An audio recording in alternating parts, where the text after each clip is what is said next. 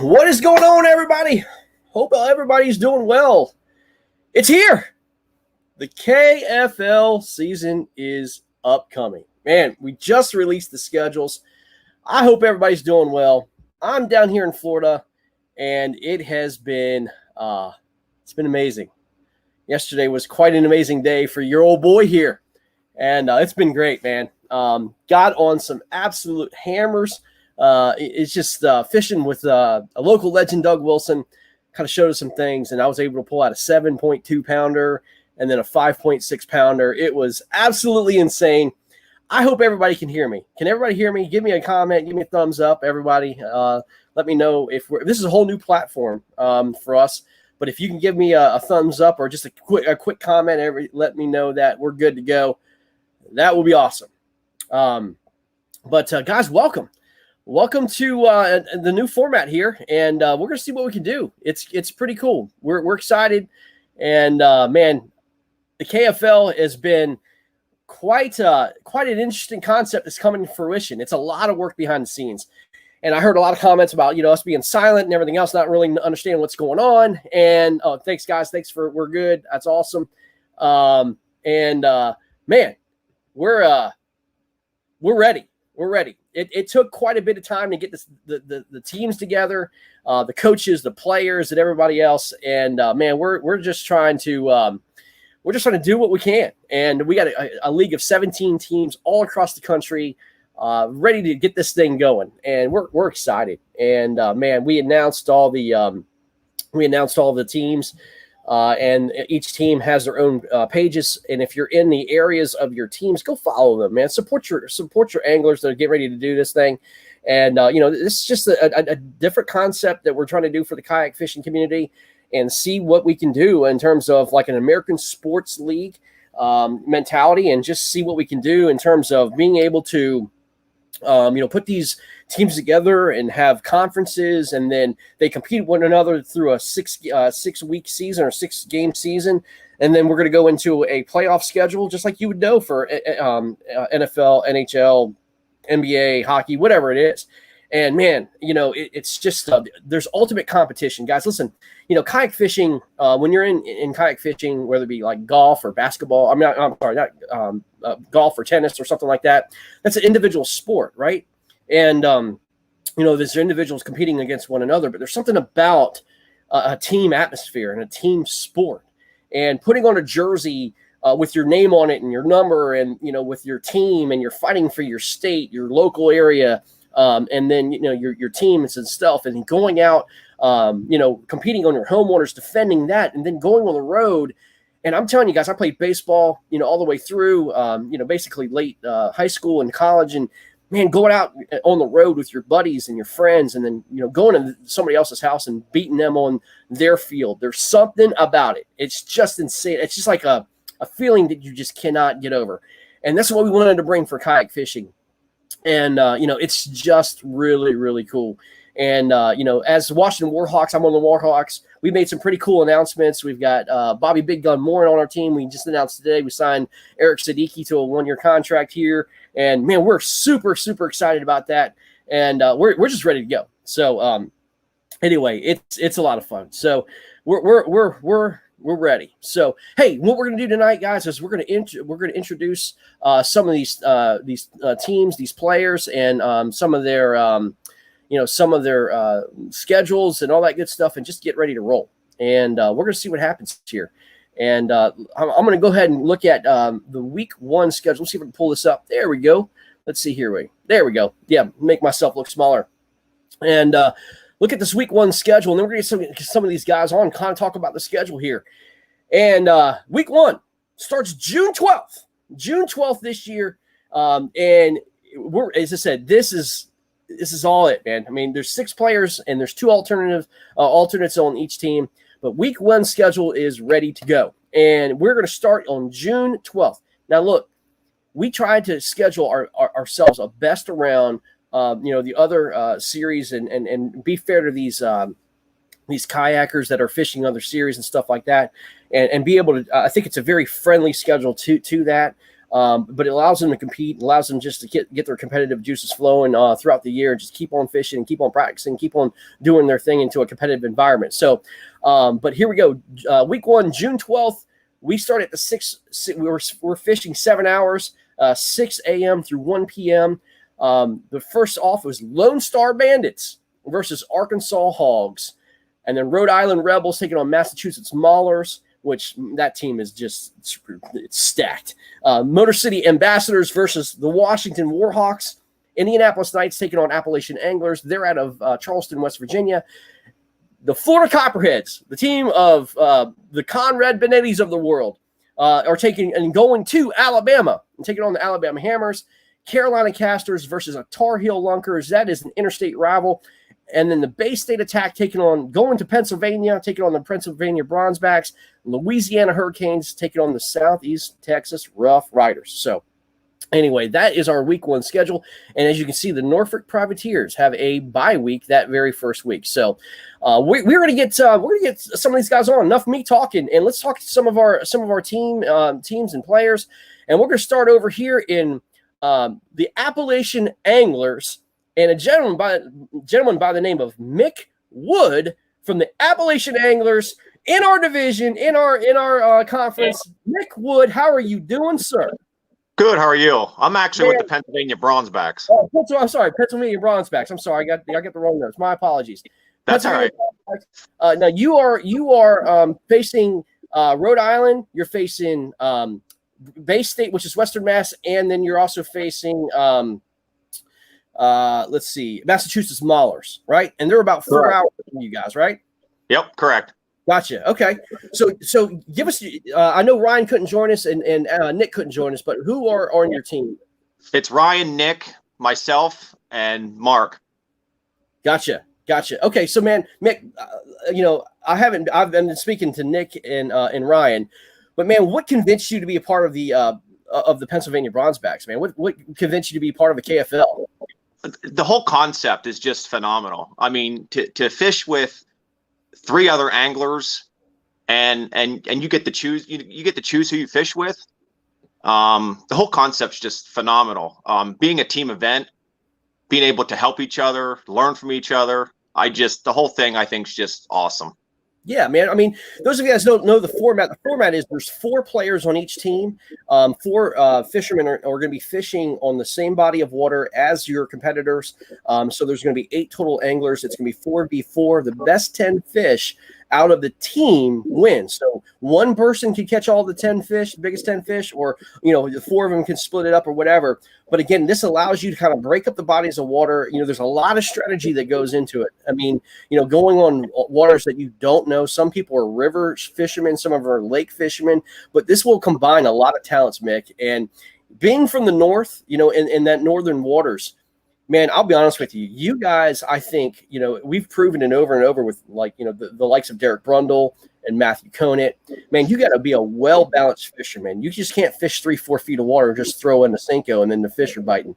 You got to go deep. You got to crank. You got to do all sorts of stuff, man. So your talents are pretty extravagant.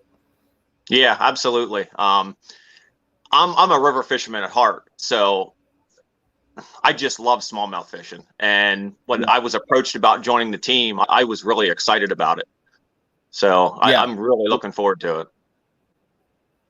Yeah. So so let's talk about the Pennsylvania Bronzebacks. Have you guys picked your body of water yet, or do you have any idea? Yeah. Is it going to be Susquehanna? Yeah, it's going to be the Susquehanna. We are going to use the North Branch, the West Branch, and then the Middle Susquehanna. So everybody knows, they're pretty familiar with the Middle Susquehanna, but the North Branch and the West Branch are going to throw some people off because it's still the Susquehanna, but it fishes totally different. It really does. Oh, yeah. Oh, absolutely. I mean, the branches of the Susquehanna, like I'm used to fishing like the upper Chesapeake portion of it, right. Up in Maryland, which is basically the mouth of the Susquehanna. And man, that fish is completely different from like a northern part of it, Right. Yeah, so that's our game plan. Our 3 home games are going to be on the Susquehanna. That's phenomenal. I mean, trust me, guys. Going to if you're a traveling team and you're going to Pennsylvania, I mean, the Susquehanna is world renowned. smallmouth fishing. That's right, and that's why we determined to stay on the Susquehanna. I mean, we are the Bronzeback, so why not put all 3 home games right on the Susquehanna? Oh, 100%. I mean, and it's like you, man. Smallmouth fishing is true to my heart. You know what I mean? It's I'd rather give me a 3-pound smallie versus a 5-pound largemouth. This is just me, man. Yep, absolutely. They fight so. I mean, awesome, just absolutely awesome. So, well, Mick, man. I mean, talk about yourself, man. Where are you from? Talk about how your guys and your strengths and what you think that your weaknesses may be. I mean, let's be honest with each other. Well, I really don't want to talk about my weaknesses. I mean, I don't want people to prey upon that. But I'm born and raised Central Pennsylvania. I've been fishing the Susquehanna and the Juniata rivers my entire life. Got into kayak fishing a couple years ago. Just really recently in the last year got into the tournament side of it. I actually met all the team members through kayak fishing. Mark and I met 2 years ago, and we clicked off right away and became good friends. And I mean, actually, I have his kayak here in my shop doing some work on it. Right. And I met Nick last year at one of the Hobie tournaments, and Ryan I met through Facebook and knowing Nick, and so we just all kind of click. We all fish the same kind of water, and gotcha. Let's put a pretty good team together. So I mean, let's talk about this. I mean, your schedule includes Massachusetts Maulers, which is, I mean, look, you got Derek Brundle and you got Matthew Conan on there. I mean, have you guys talked about your strategy when you guys face them or go up to Massachusetts and face them on their waters? I mean, have you guys had talked about you got a brutal schedule, guys. I mean, we do. We do. I mean, we're all smallmouth fishermen at heart, but we all have some knowledge and we all have some experience on the lakes. I mean, lakes don't scare me one bit. I got a little bit of experience on fishing the northern lakes. Over the last 10 years, I've been traveling to upstate New York, doing some bass fishing on some of the lakes up there. Right. So our strategy would be the same strategy as if they came here. You do a little bit of research and you put a plan together and you attack. Right. That's it. I mean, it's just that simple. Right. I love your logo, by the way. You guys did a fantastic job with your logo. I think it incorporated everything you need to know about the team, the Pennsylvania State, with the old, it's kind of like an old throwback logo that you had. Right. I mean, it's just perfect. I mean, you guys nailed the logo, man. It's one of my favorite logos by far. Keep it simple. I mean, exactly, man. I mean, that's it. Keep it simple. I mean, have you guys decided your jerseys yet? I mean, you guys working on it? Any of that? We're working on that. We're pretty sure it's going to be the same, close to the same colors as the logo and laid out similar to the logo. Kind of the, the plain old school, keep it simple type thing. Now, one of the things that, there was a lot of confusion on is basically how teams, are going to get paid and all that stuff. And it's the sponsorship concept, right? Being able to utilize sponsors with the team atmosphere.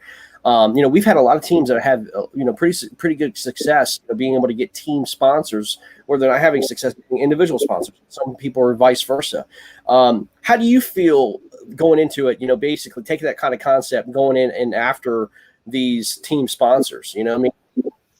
Well, in all honesty, being that this is the first year, everybody is kind of getting their feet wet. Everybody's trying to get a feel for how this is laid out, how things are going to go.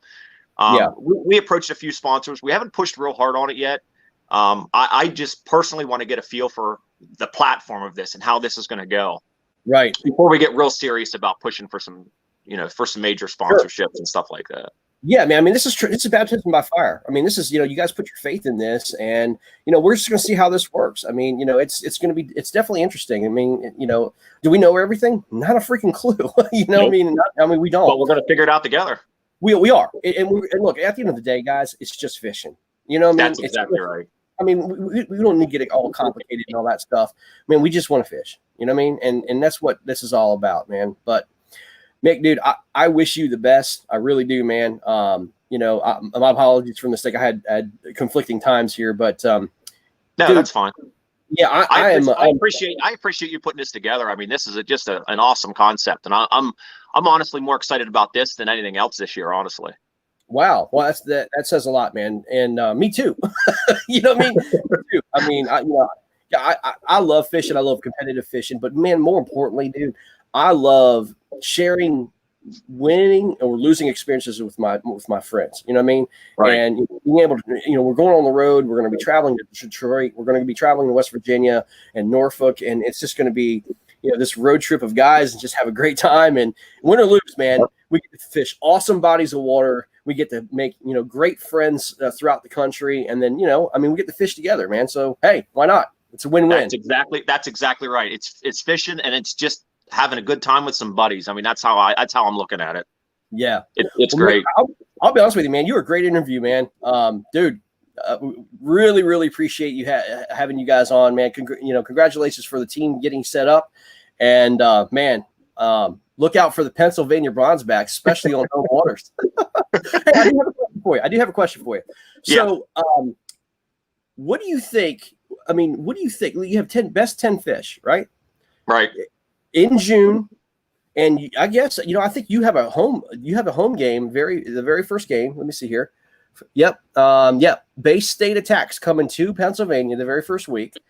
Talk to me, man. What do you think it's going to take to win? Best 10. Best 10. It's going to be 160 inches. Wow. Average 16 inches. Yeah, it's going to be every bit 160 inches for the 10 best fish. Awesome. It won't surprise me to see 170, honestly. Jeez. Well, I know the guys at the Hobie event last year struggled, in those waters, but it was completely different, fall time and all that stuff. Last year for the whole entire summer, we had ungodly low gin clear water, and the fish were just so spooked up. They were just so spooked up. I don't nowhere to go. That won't be this way in June. June, we don't have that low clear water as much. Yeah, no, I hear you, man. Mick, brother, good to see you, man. Thank you. Congratulations on your team, and looking forward to seeing you on camera, seeing you in action, man. All right. Thanks a lot, man. I appreciate it. Thanks, Mick. Take care, bud. You too, bud. Bye-bye. All right, that was Mick Wood from the Pennsylvania Bronzebacks. We're going to move on, and let's see if we can get our guy, Mr. Todd Patrick, is on. Let's see here. How's it going, man? Had you muted there for a second. That's okay, man. How you doing, bro? Dude, I got the setup, bro. I got this straight. I'm super excited. I'm super excited. Hey, man, let's while we're at it, we're going to get Mr. Sam Jones on and get him on, and we're going to roll through these teams, bro. Nice. Sam Jones. What's up? What's up, Indianapolis Knights, man. The man, the myth, the legend. Look at that. That is beautiful. Got hoodies and everything? Heck, well, we got shirts, man. I got a hoodie underneath the shirt. Oh, the okay. Shirt came back a little big, so I had to wear a hoodie, puff it up a little bit. We're super excited. I mean, Sam, look, man, you've been an integral part about this from the very get-go, man, and I can't thank you enough for all you've done. And I'll be honest with you, there's a lot of stuff that goes behind the scenes, and a lot of the owners know who Sam Jones is. They really, really helped him out, on different graphics, different designs. This guy is legit. He owns what's called South Mountain. Is it South Mountain Media? Is that right? South Mountain Media, yeah. South Mountain Media. Give this guy a call, man. If you are looking for any kind of promotion, if you're looking for sponsors or whatever you need, whatever you need in terms of graphic design and promotional items or whatever, man, this guy right here is legit. And man, we're proud to have him with the Indianapolis Knights and the KFL. Sam, let's talk about you, man. Talk about Indianapolis Knights and why'd you decide to join the KFL, and tell us why you're here, man. Man, I love a new challenge, and so does everyone on my team. And anytime we have an opportunity to get out there and try something new and be a part of something special, we're going to do that. I mean, everyone in my team has that same mindset. Everyone on this team is super involved in the community, both locally and nationally. We got some big names, and we're just excited to be a part of something new and push this thing forward and see where it goes. So, everyone on the team is from Indiana. We're a close group and made up of a bunch of just really strong anglers, some of the biggest names in the sport, really, with our top two guys, Mike Elsey and Alan Reed, down in Florida right now. We got another guy locally, just came on the scene last year, So he doesn't have he's not the household name that Alan and Mike are quite yet, but Brian Sparks, rookie season last year, just dominated locally and even went out and did some good stuff nationally. I mean, had a good showing at some trail events, had a good showing at the national championship. So he's one that's going to be one to watch out for this season, not only in KFL, but the other series as well. Jason Cassidy, Justin Staley, both local guys who, really strong anglers. And then, of course, we've got Adam Murray and Chip Romovich as well on the team. So, stacked team. I'm excited to have them be a part of it, proud to have them on my team. I put out the call early on. I think actually probably one of the first couple of days after the whole thought of KFL came together, me and you talked, Greg, and I put out a call shortly after that, and these guys stepped up, and I'm excited to have them.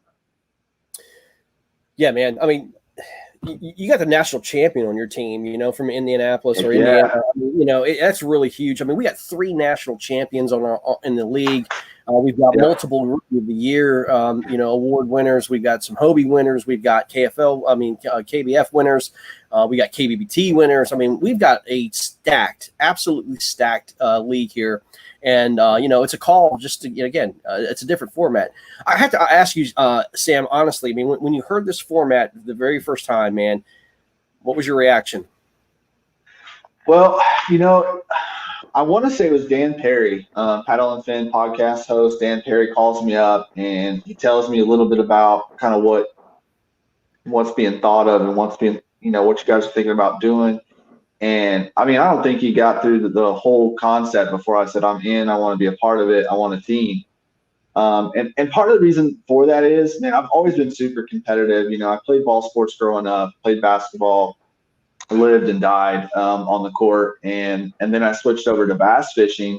And that's one thing that I've always missed is that brotherhood, that team spirit, going out and traveling and representing a team. It's really cool and it's fun. And I miss that. And so that's one of the things that got me most excited about it. The other thing that I fell in love with last year was live broadcast fishing. So, over the last couple of years, we've seen that grow outside of just even in the Elite Series, it was all recorded and shown later. And then we've the big events started doing live broadcasts. And then it was the whole season doing live broadcasts and MLF and all that. And so, I got the opportunity to do that some last year on my own, local stuff, and I really enjoyed it. So I think that part of it also intrigued me, and same thing for the other guys on my team. Yeah, for sure, man. Todd, go ahead, man. Man, Sam, dude, you got some slick jerseys, dude. I'm getting excited for this thing, man. Went out today and got this nice mic today. Got my arm stand. I'm in the back of my van right now. I got a ring light. I was set up ready to do these podcasts start having a lot of fun with this, man. So Sounds we're getting ready. By the way. Sounds solid. It better. It was not cheap. That's a good brand too. I did some testing for them a couple of years ago, and it's a good brand, man. They're coming on strong. Yeah, so I mean, on our side over here, we're getting all set up for you guys, and we're ready for this league. But I think it looks like week 1, you guys are actually on the road going to Appalachian Anglers. So that's going to be West Virginia, right? First 2 weeks on the road. Yep, going to West Virginia. Yeah. Nice. So tell us what's the intriguing part as far as like travel for you? Like how are you guys going to go about doing traveling? You guys figured that out yet as a team? Oh yeah, man. I mean, so look, when I was putting this team together and I was talking to the guys that jumped on early, I mean, one of the main things that we discussed was just if you're going to be a part of this, and I did a go live talking about it and everything. If you're going to be a part of this, you got to be willing to take it all the way, be 110% in. So, and we're excited to travel together. Again, I talked about most of our team is already kind of touring anglers, if you will. They're already going out on the national trail, so they're used to being on the road. Heck, Alan lives on the road. I mean, that guy is traveling the country year round now. So we're excited about getting together as a team and going out and facing new challenges. I've never fished in West Virginia. That's going to be awesome. So, we're going to travel as a team. If a couple guys that aren't fishing, we're going to be out there, doing some media and support that way. So we're excited about it, man. Yeah, I mean, you've got like Greg was saying, you got Mike Elsey and Alan Reed. We got yourself. It's a pretty stacked team, and everybody that's tuning in for this KFL kind of schedule release, you definitely don't want to miss the Indianapolis Knights and what they're going to have going on this season. Definitely, probably going to be one of the stronger teams. And Sam, it's going to be a treat to have you, man. Yeah, thanks. Yeah, we're proud to be a part of it, and excited to see where this thing goes, and love you guys and everything that you're doing for the community and putting this all together. It's huge. It's awesome. So yeah, you'll see me out. You'll see me out on the. I was looking at some of the waters you get to fish, man, on the road, and dude, it's pretty awesome. Hey, yeah, I mean, I don't know anything about West Virginia. I don't even know where we're going there yet. I think they're still trying to dial that in. It sounds like we're going to be on a river. I personally am not a river guy, which is why I stacked my team with river guys. Excited to go out to West Virginia, try that, and get outside of my comfort zone. And if I don't do well, then we'll start somebody else. Not a problem. We got a good group. I guess I'm assuming Detroit, Motor City, we're going to be going to St. Clair. At least I hope so. Yeah. So going to St. Clair is awesome. I need some redemption there. And then, Alabama, I thought for sure we would be going to Guntersville. And it looks like we're going to Logan Martin. Yeah, which, to me. I'm really, really excited about, because I went there for the bass event last year, I think it was. Yeah, it was last year. And I left a lot on the table there. I found the spot, had the pattern, and was hooking up on the fish. I just didn't get them in the boat. So I'm excited to go back there and try and get some revenge on that one as well. But, my whole team's pumped about this schedule, pumped about traveling. And we like our chances. I mean, I don't want to sound overly confident or anything, but we like our chances, and we feel like it's a good schedule for us. So, yeah, man, traveling around a lot and getting some good coverage of you guys, and definitely going to be looking forward to coming maybe to your home lake, which is what is your home lake again? Well, so hopefully I say it right. It's Lake Manitou, I believe, is how it's pronounced. It could be different. It's Rochester, Indiana. I've actually never been there. In fact, I don't know if anyone other than Mike Elsey on our team has been. Interestingly enough, it is very difficult in Indiana to find a lake that has the two things you need for this series. One, fish catching ability in abundance, and two, good signal string. Very difficult in Indiana. There are some lakes that we would have much rather picked as far as size and location. But we're going to be heading a couple hours north of Indianapolis to Rochester, Indiana. Great town, great lake. Mike Elsey says it's a beautiful body of water. And it sounds like everyone's going to be catching fish, which is what we want. Put on a good show. Hopefully we're going to have some events in the area, after the tournaments, get together with the teams and anyone else who wants to hang out and join out. So we're working out the details on that right now. Heck yeah, man. And that's something else that this league has to offer, right, Greg? I mean, these teams are going to be able to get together, kind of show off their home areas. This is like what we do, and this is where we're from, and kind of do that kind of thing. So that's another awesome aspect. Yeah, it's a good time. Well, Sam, we know you have to go, man. Well, I know you have a team meeting, man. Thanks for coming on board, buddy. And let's keep this thing going, man. It's gonna be awesome. Awesome. Let's do it. Good luck. See you, man. Later, guys. All right, guys. All right, we're gonna move right along. We're gonna get our nemesis. That is going to be the one, the only Norfolk Privateers. Jesse Wade, what's up, brother? Oh, he's I can't hear him. I think he's got to unmute. You got me now? There we go. Let's see. I didn't realize I was going to be the face of this tonight. Well, it looks like you are. And they have another gentleman, I think Michael Hill. I don't know if he's part of your team, but I think is Michael Hill part of your team too? He is. He was one of the add-ons that we just put on when we figured out we could have some alternates as well. All right, let's get your team on. Here we go. We got Michael Hill, Robert Brown. Yo, what up, Robert? What up, Todd? Great. What's going on? Todd, take it away, man. Man, Jesse, Robert, man, tell us about the team. Tell us about the squad. You guys got to be excited about it, man. How'd you guys come about putting one together? What was the conversation like? And tell us about your teammates. Well, putting the team together, my first thing we did was we just put a filler out on a 7 Cities kayak fishing group. Okay. I've been talking to Greg about it since the concept came up, so I was pretty excited. So me and Jay talk all the time. We're actually part of a team together, so we talked about it. We're like, oh yeah, let's do it. So put that out there, and then we just started. I started reaching out. He started reaching out to a lot of the local stick man. And then it just started coming together. We got Michael. I don't know if you've heard the name before, but you will. That dude right there is ridiculous. You know what I'm saying? We got a nickname for him. I'm gonna let him tell you what his nickname is. But we got another guy we got come in, Nathan Green. He's one of our alternates. Everybody, Okay. Nate, man. I know Nate. Yep. You know, and Wait. He's down in Florida. He's down in Florida. Did you just say you had Nathan Green as one of your alternates? Yeah. Don't get mad. I'm mad.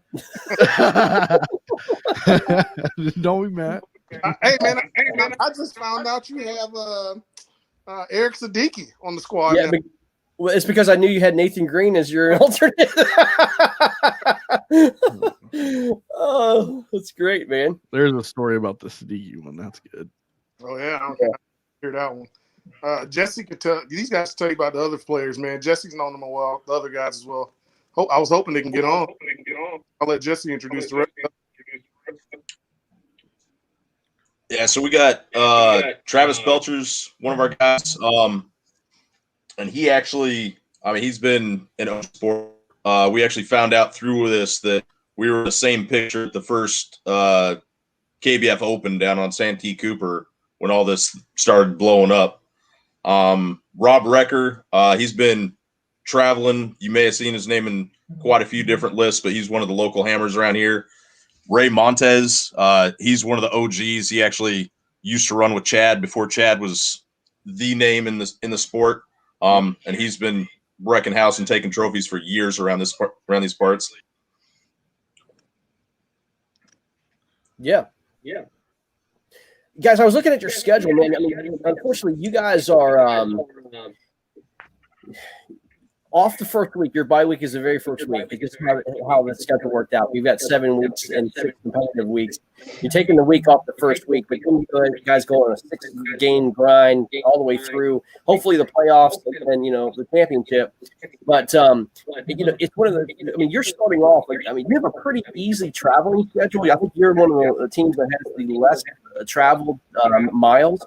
But that doesn't mean anything because at the end of the day, you're going to be on. Some of you are going to be on unfamiliar water. You're traveling to Carolina on the very first week 2, and then you're going to be you see the Potomac River. You're going to be Tar Heels, and then one of the great matchups. I cannot wait. It's definitely going to be the game of the week. Is going to be the Florida Copperhead coming up to Norfolk. Guys, you got to talk to me about that matchup. I could tell you that matchup has my nemesis in it.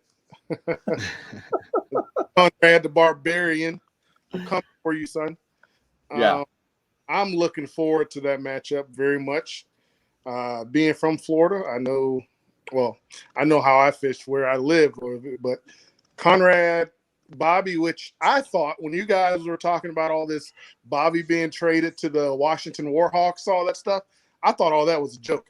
I thought you guys were just joking around about Bobby. So, and then I come to find out, he's really on Washington now. Greg is trying to get a sleeper team put together, to take us down. It's all because we picked up Michael and Nate. That's why. That's it. Hey, I'm not sleeping on Michael Hill, man. I've been seeing some of the tanks he's been catching, man. Dude's ridiculous. Ridiculous. He's sitting there smirking, but he just made number 2 in the state in a ranked poll. Wow. Right behind Casey Reed. Wow. Really? Incredible. Oh, So we forgot to mention one of our players is James Quinn. You guys will learn who James Quinn is soon. He started to come and fish with us at KBBT, so he'll be making his name for himself. You'll see him. I can't wait to meet him next week, man. He seems like a real cool dude. Yeah, man. That's the whisperer right there. Absolutely. Well, I know Jesse's worried so- about some buckets, some buckets getting thrown in his face, man. Some ankles getting broken on the basketball court after it's all said and done, man. But we have to take business. We have to take business on the water first. Just bring it to the paint. Just bring it to the paint. I used to, man. I wasn't scared. I would. But no, it's going to be fun, man. Guys, I cannot wait. This is going to be so exciting. You guys are our nemesis. I consider if there's any rivals with Washington Warhawks, it's our friends down south and these guys. And I can't wait to go mano a mano on the body of water with these guys and see what they got, man. But yeah, I mean, this is cool format. I mean, Robert, I tell you, man, and Jesse, you've been on it since day one. I can't tell you how much I appreciate the support you've given KFL, myself, KBBT, and everything else, man. You guys have been fantastic, man. We really, truly appreciate it, man. You've been fantastic. It's been a fun ride for us.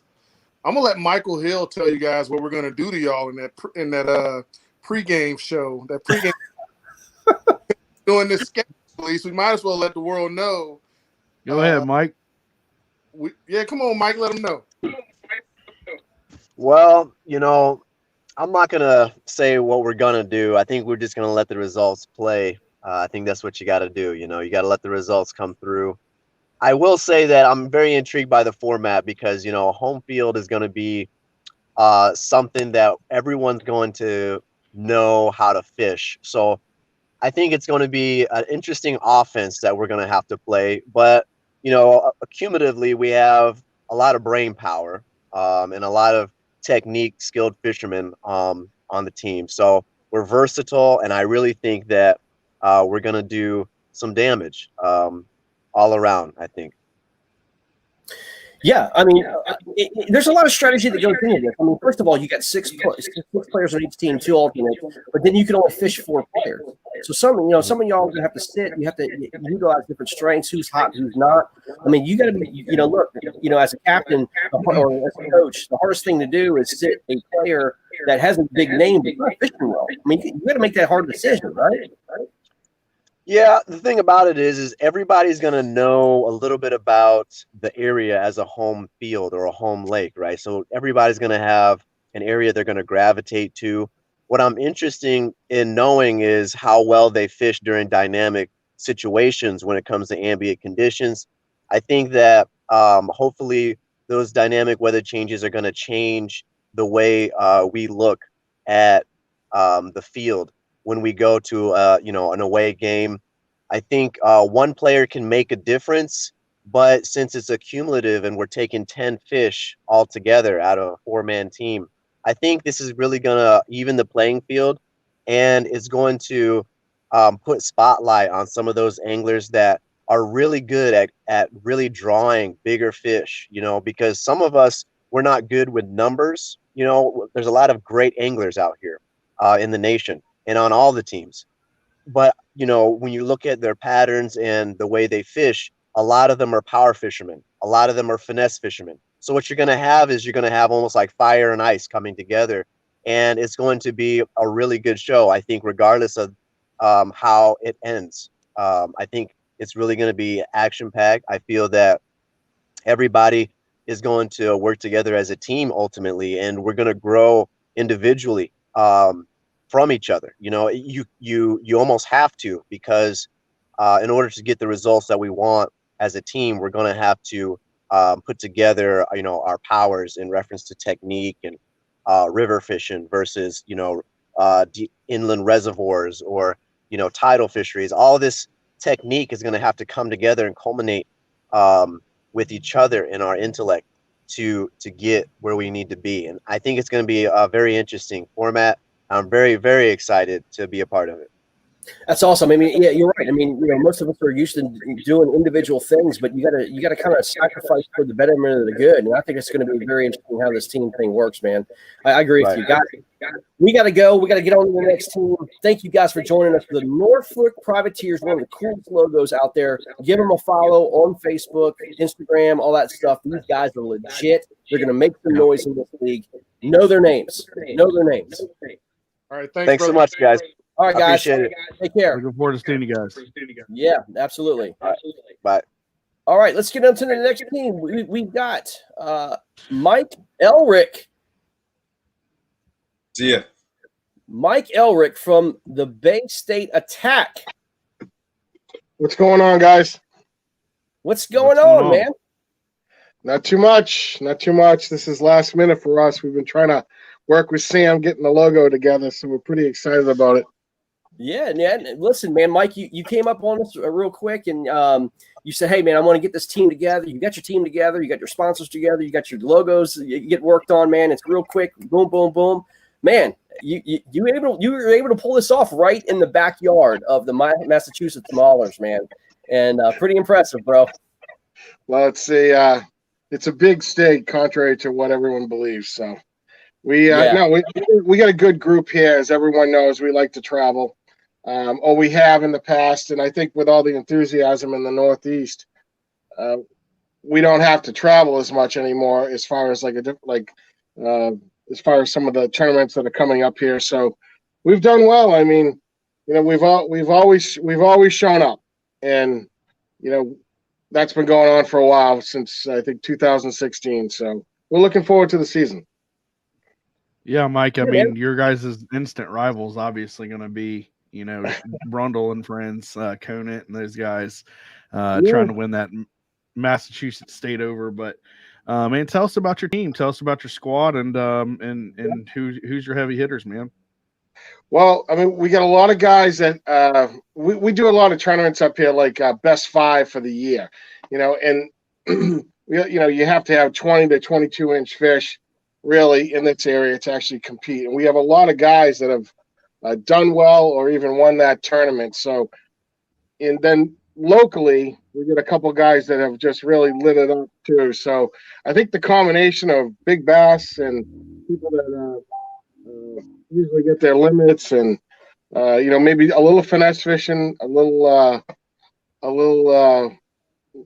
big fish fishing. I think it's gonna balance itself out. We got Dominic Reno. He's done some damage up here. I mean, locally, he I think because of work and some other stuff hadn't traveled much, but he's won a ton of tournaments up here. Great guy. Fishes out of a new canoe Pursuit with a motor guide on it, and he loves that. Just brand new for him. But he also did well last year in KBF. I think he had at least 2 top 10 finishes, and so he's done very well. Steve Scott, another guy who's done well over the between Mass Kayak Bassin, Ocean State, and Rhode Island Kayak Bassin. He's done pretty well there. Plus, he showed up at a couple KBF tournaments and has done well, and always is in the running for that best 5 fish. So he's always landing some nice fish. Valva Santos, another guy. He's won a lot of local tournaments. He's also done well in some of the KBF and traveled pretty well too. And he's another guy too. He loves that frog, so he's always throwing up fish over 20 inches. And then Paulo DeMarais, he's from the area that we're actually going to be fishing out of. He's a jig fisherman, but he loves to fish a lot of swim baits. He won a KBF event up at Winnipesaukee 2 years ago. Great guy, has done well. We got Jack Tibbin, who's a New England Bassin guy, and who's done very well in the Connecticut and Western Mass area. Jack always got he's always up there for the big 5 fish. He's actually down in Florida right now in Kissimmee with another teammate of ours, Ryan Nye. Ryan had a great year last year too. I think he had 2 top 10 KBF finishes. And the last guy we have on the team is Bob Pierce, who's done well locally. He's also traveled well. He's another one of those guys that knows how to fish for big fish. So really, when we put the team together, it was more or less, we wanted to find guys who did well in tournaments, but also knew how to catch big fish. And then also too, we get a lot of guys with some sports backgrounds. So with the team concept, I thought that was important too. Yeah, man, absolutely. I mean, look, man, you got, I think, a very difficult division. You got Rhode Island, you got Massachusetts, and you got Pennsylvania, man. I mean, this is no joke, man. You got your hands full, man. But I think it's a strong division, man. And I think one of you guys, I'll be honest with you, is going to come out of the North Conference and take on the guys from the South in the championship. Whoever it may be, I don't know, man. But I think, one of you guys, I pick, honestly, I do pick one of you guys coming out of the North and giving the South crap. Well, I mean, it's, I knew when we went to Pennsylvania, I didn't know who was on the team, but I automatically figured out, well, we're probably fishing the river. And Mick just confirmed that. So who knows what they'll pick for actual destinations. But, we have some guys that have traveled to Pennsylvania. We fish rivers up here. Nothing like that, though. But we got our work cut out for us right from the very beginning. Oh, no doubt. I mean, you can find out what you're made of right from the get-go. Yeah. It's really, really good. Yeah, well, Mike, we got more teams we got to jam in. Congratulations on Bay State Attack, man, getting on board, man. Let's do it. Let's have some fun. Yeah, I want to thank the two of you and also Marcus and then Sam Jones for helping us out with that logo. It's beautiful. It's almost there, but everyone I've shown it to for the prelim thinks it's badass. So shout out to and anyone who wants to get their media done, give Sam a call. Absolutely, 100%. Mike, good talking to you, bro. Thank you, guys. Thank you for doing this. Yeah, buddy. See you, man. All right, we're going to move down south. We are going to move to John Lessman, and it is not Greg's daddy. It is Daniel Perry. It is Daniel Perry. What's up, Greg? Hey, Todd. Alabama Hammers. What's up, guys? What's up? What is going on? Trying to get all this stuff rolling. I know, man. Trying to get everything done so I can get fishing. I know, man. This is exciting, man. Listen, Alabama Hammers. Daniel Perry kind of showed me where it started, where that name came from. I laughed my butt off. It's the greatest commercial ever made. Yeah. if you've never seen it, like YouTube, Mike Slocum, Alabama Hammer. It's this lawyer down here, and he's like, the Alabama Hammer. Give me a call, get the big check. And that's where it came from. It's, hammers, fishing, but yeah, seriously, that's really where it came from. Yeah, no doubt, man. It's hilarious, man. But the guys, hey, Mike Slocum, give us a call. We'd love to have you as a sponsor for real. Yeah. Sponsor these guys. Reach out. Or I'm looking at your schedule, man, and it's one of those unfortunate things. I mean, you're one of the higher traveling teams, man. But some of the waters you guys get to fish is absolutely freaking phenomenal. I mean, starting at home, Logan Martin, and then the waters you get to fish is absolutely exciting. And John, being a frog fisherman yourself, man, you got to be excited. Oh, I am. I'm completely excited. We get to go to Florida, and I get to play with frogs. Come on, stay home, play with frogs. Of course, I play with frogs anywhere, but still, I'm just like, oh, this is, yeah. Oh, I'm just, whew. And here, let's kind of go down our team. If people don't know, we've kind of haven't talked about our team a whole lot. We have, not only do we have John, like he wins the monthly KBF monthlies every month. One of the best fishermen in the country. If you don't know, I'm versatile. I'm good. I can hold my own. We also have Chuck Wise. He fished at Auburn, young guy, well ahead of his years. He is unbelievable. If you don't know his name, you will one day. We have Jeremy Baker. He's another guy. You don't know his name, but I promise. Jig Master. He is legit. He's a KBBT guy. We have Lance Coley. He's a multiple-time Alabama State Classic champion. He's an old-school river bassing guy, one of Drew Gregory's homies, old school. He is best friend. Him and Tim Perkins are fishing the Hobie together. and they're staying at the same place. And we also have Tim Perkins on our team. Those two are our river guys. And so we have our river contingent. We have me and Chuck, who are more of the versatile guys. And then you have John and Jeremy, who are more of the grass guys. So we try to be versatile. And then we also have some other things in the works where maybe adding on someone else. We're still working on that. Now that we have a full schedule, we wanted to kind of figure that out before we added a full roster. So we'll see what happens with that. If I must say, as far as notability, so far, in my opinion, your team is the biggest names of any team so far. We want to be well-rounded where we could go, we could travel, you are. We could be at home and be ready for anything. You know, we got Lance, like I said, Lance and Tim. I feel sorry for anybody else fishing a river because I'm just going to sit back. I'm going to get my pipe lit. I'm going to pull out a book, have some scotch, and I'm just going to watch and let them fish the river. I mean, yeah, I think Lance won. Did he win that Hobie or did he get top 3 on that Hobie? He got second. Yeah, he did amazing, I remember. And Lance is definitely an angler. If anybody watching this does not know Lance Coley, you will by the end of this league, I guarantee it. Yep. He's AKA the Ginger God. And he's at our local club, Iron City Kayaking Anglers. He's won Angler of the Year multiple times. Oh, yeah. You guys get to play the Florida Copperheads coming to your home waters, man. Conrad Benetti and crowd. And I'm telling you, the team is a lot more than Conrad Benetti. And these guys that, Sherman up and, some of these guys are coming. I mean, these guys can fish, man. You're going to find out real quick what you're made of when these boys come to town. What's your thoughts about that? Well, I'm looking forward to it because a challenge is a challenge, and that's what this is supposed to be. And what's so cool about these events and this new league is there's so many great fishermen that now get to be exposed that are very technical in what they do. And I'm excited about that.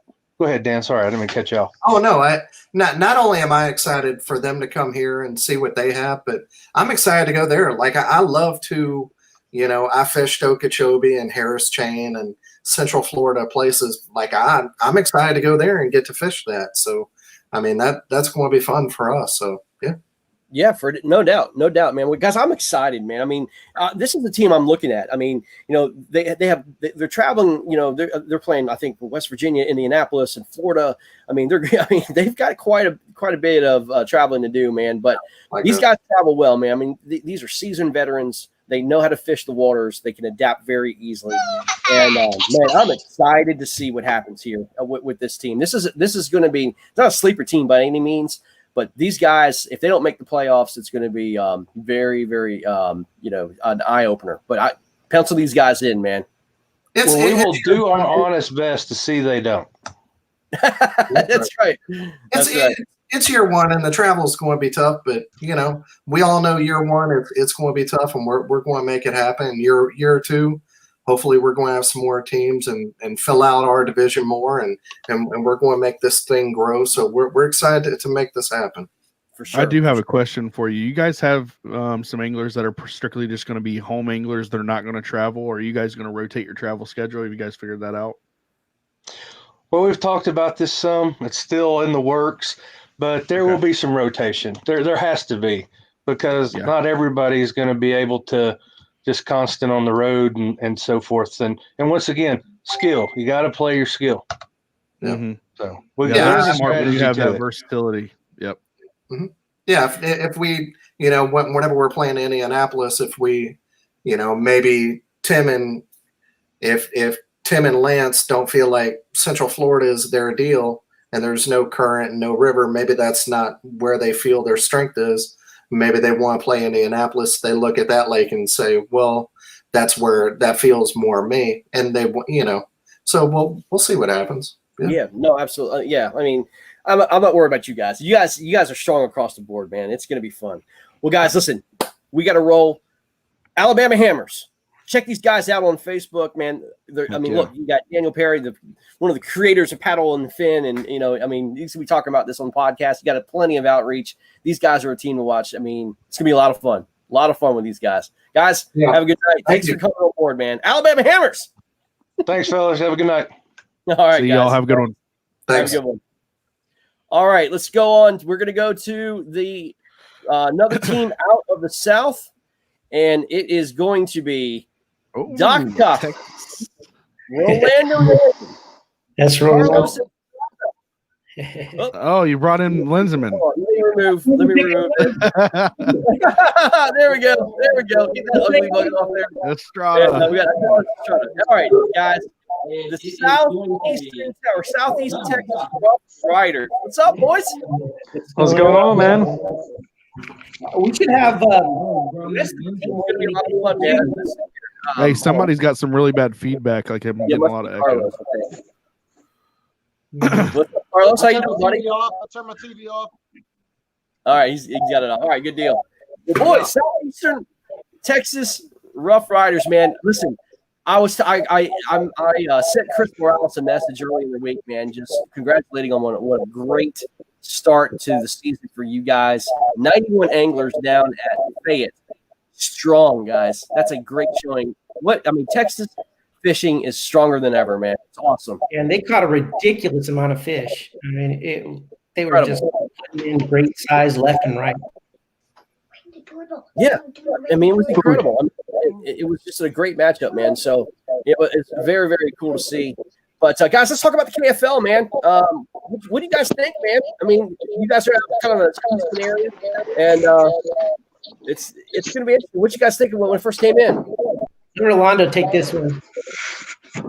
No, man, I'm excited about the format. I'm interested to seeing how people are going to actually play out, going to different lakes in different areas. You know, the whole fishing industry, the kayak. There's a lot of big names. There's a lot of anglers with a lot of reputation, and and I've said it before. I'm not a big fan of fishing.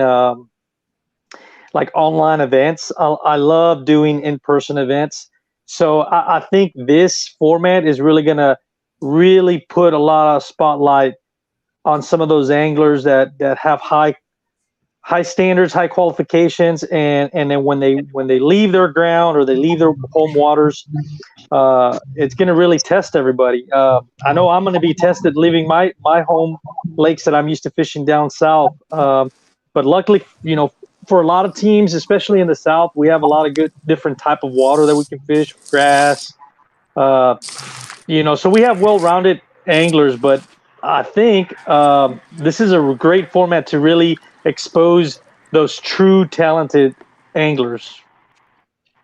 Well, you got your whole freaking team on. You got Doc, Lisa, Carlos, Rolando, and oh my gosh, Caleb Helbig is actually fishing right now, man. This you can't. Yeah. Guys, it looks like JR. I got to say, that's one of the things I'm really excited about this team. Is since the beginning, since we put it together, solidified the team, every single one of us has been acting like a team. It's just awesome. The motivation, the decisions that are made, how we talk about the season coming up. Everybody's pumped.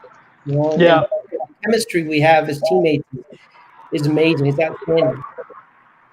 Well, you guys, I just looked at the names, looked at what you guys are made of, man. And look, you got your rival to the north. Lone Star Bandits are talking a lot of smack, but talk is cheap, man. And I see some of y'all stats. Come on now, come on, let's go. Hey, I'll tell you what, they better be ready because I don't know too many guys that fished the KBBT with a one-day notice, and I know I did. And I know I couldn't travel, and I still took on Chad Schaefer. And even though I took that whooping, I said, ain't nobody on our team that's not going to be ready to do that. So that's why I think we're stacked. I mean, every single person on our team is ready to go last minute, any second, ready to go. And I feel like that's why this South Texas team, we gonna rock some heads for sure. Yeah, that's right. Yeah, I mean, it shows right there. Cam's on the water right now. Lisa's pretty much on the water every day. He's got to get those bass in for the fishing fit, man. Yeah, we all live on the water. And we got months away, and we already prepping. Oh yeah, we already getting ready. I got to ask a question real quick, and I've been wanting to ask this to Lisa. Is when we discussed bringing Lisa on board and something like that, she was a little surprised when I messaged her and everything like that. Lisa, so far, you've been with the team since pretty much the beginning. How do you feel about it? Okay, I'm sorry, you broke up. You broke up, Doc. Oh, I'm sorry. This question's for Lisa. I want to give Lisa an opportunity, being the female on our team. And when I called her, she was very shocked and surprised. So I want to give her an opportunity to just say, how's it been? How does it feel? I know you're excited, but what's going through your head right now? I mean, I'm just ready for the season to start so we can start fishing. Of course, we can fish anytime we want, but I'm ready to compete. I was super excited that she called me. And hopefully it's a great season for all of us. Absolutely. So what have you guys decided on your home waters, so to speak? That's what I was going to ask you. Yeah. I know that we all kind of pick some lakes. It's very strategic. I could tell you that much. So I think, what do we have? Canyon Lake, Choke Canyon, Decker, and Choke Canyon, Canyon Lake, Decker, and there's one more, isn't there? Was it Bastrop the backup? Bastrop's the backup. Yeah. So, Choke Canyon's fire. I can tell you that, if you like grass, you definitely gonna have some fun there. It's got a lot of grass. There is also a lot of dead water, so you got to do your homework. But it's a lake that, it could easily put 40, 50 pounds out, which is crazy. Wow.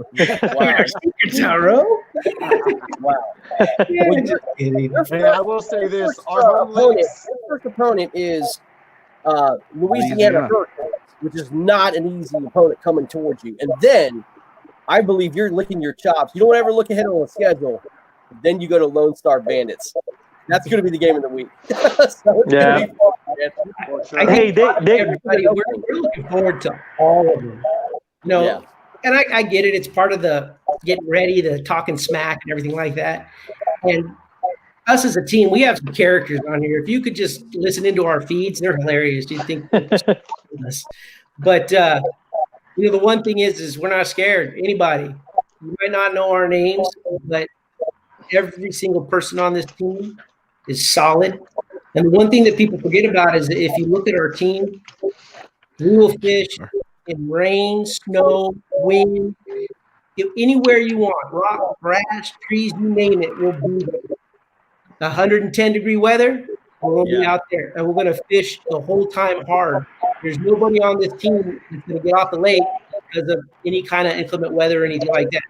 3 feet swells, we know safety is priority. We do know that. But, hey, like Carlos was saying, just say we'll be there and ready to go.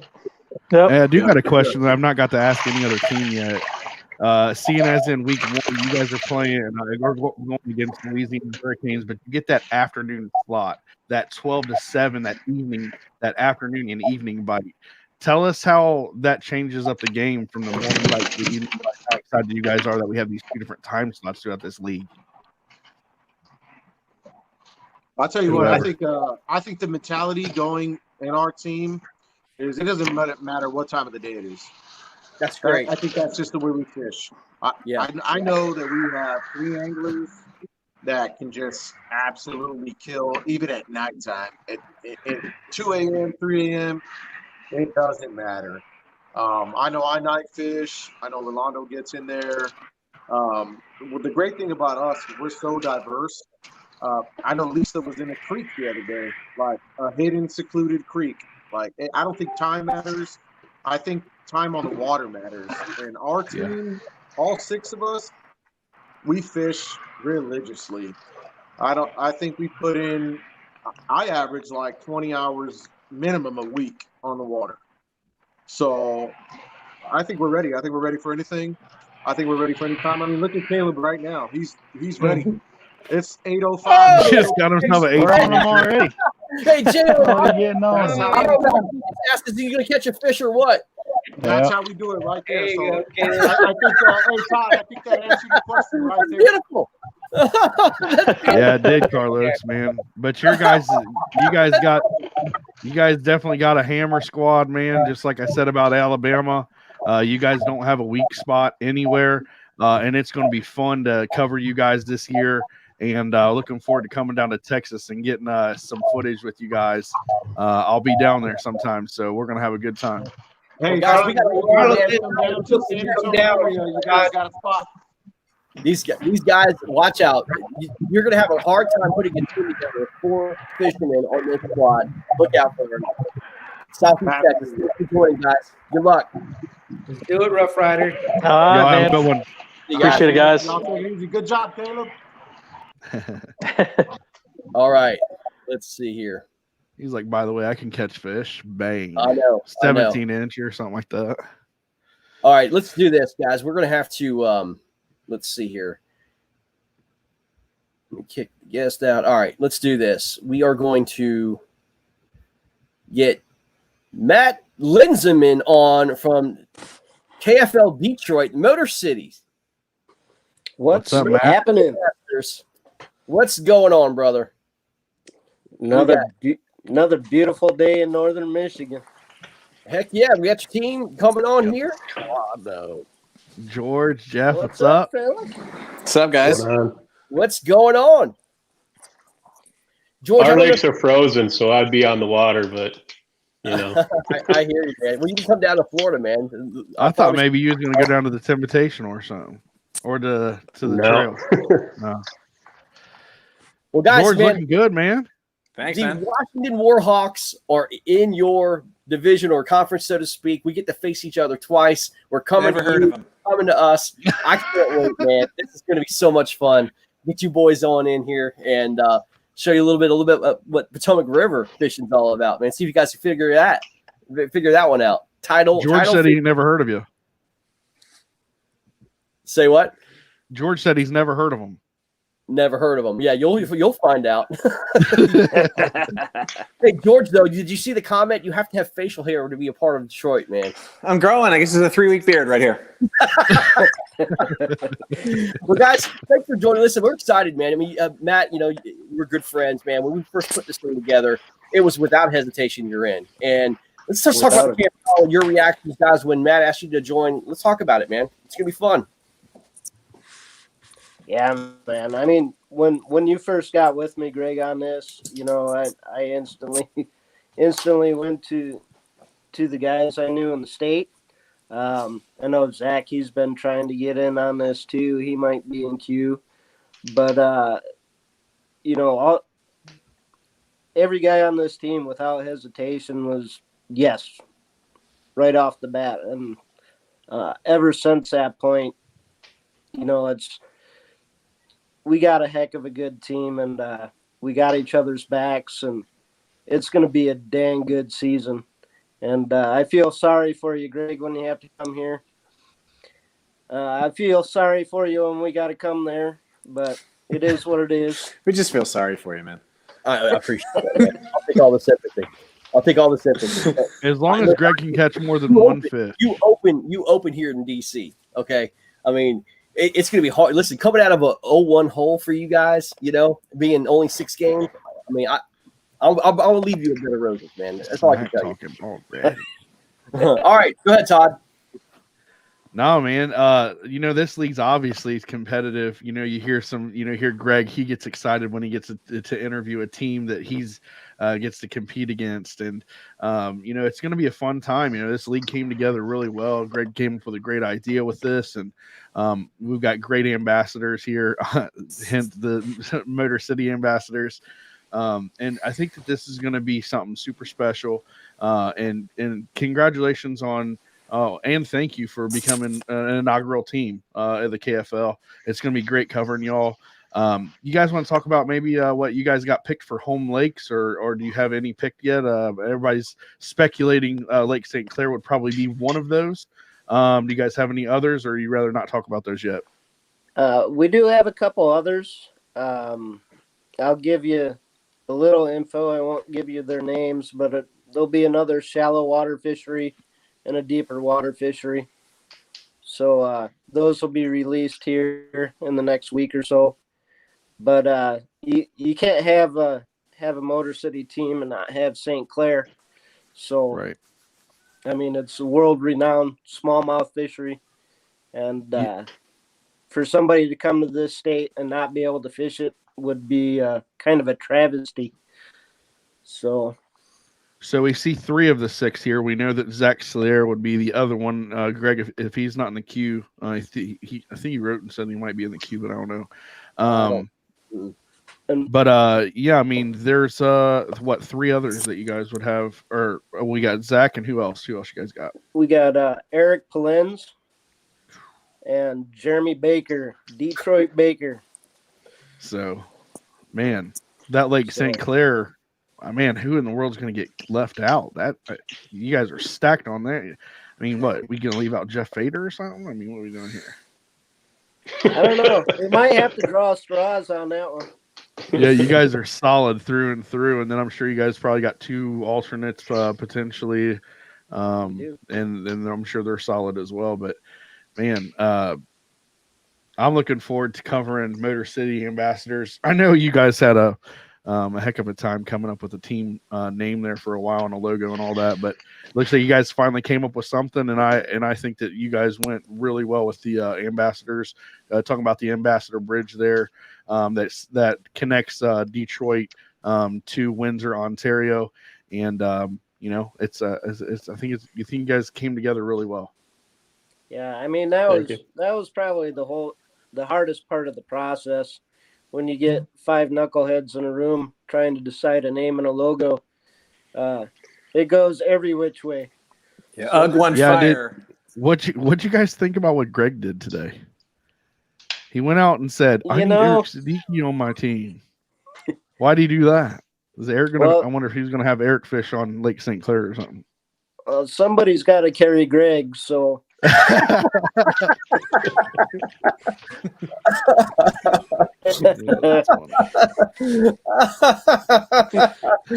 Oh, that's funny. You know, I'm just happy Eric got into the league. I mean, obviously he's a big name, and I'm sure everybody on our team would absolutely love to fish against him.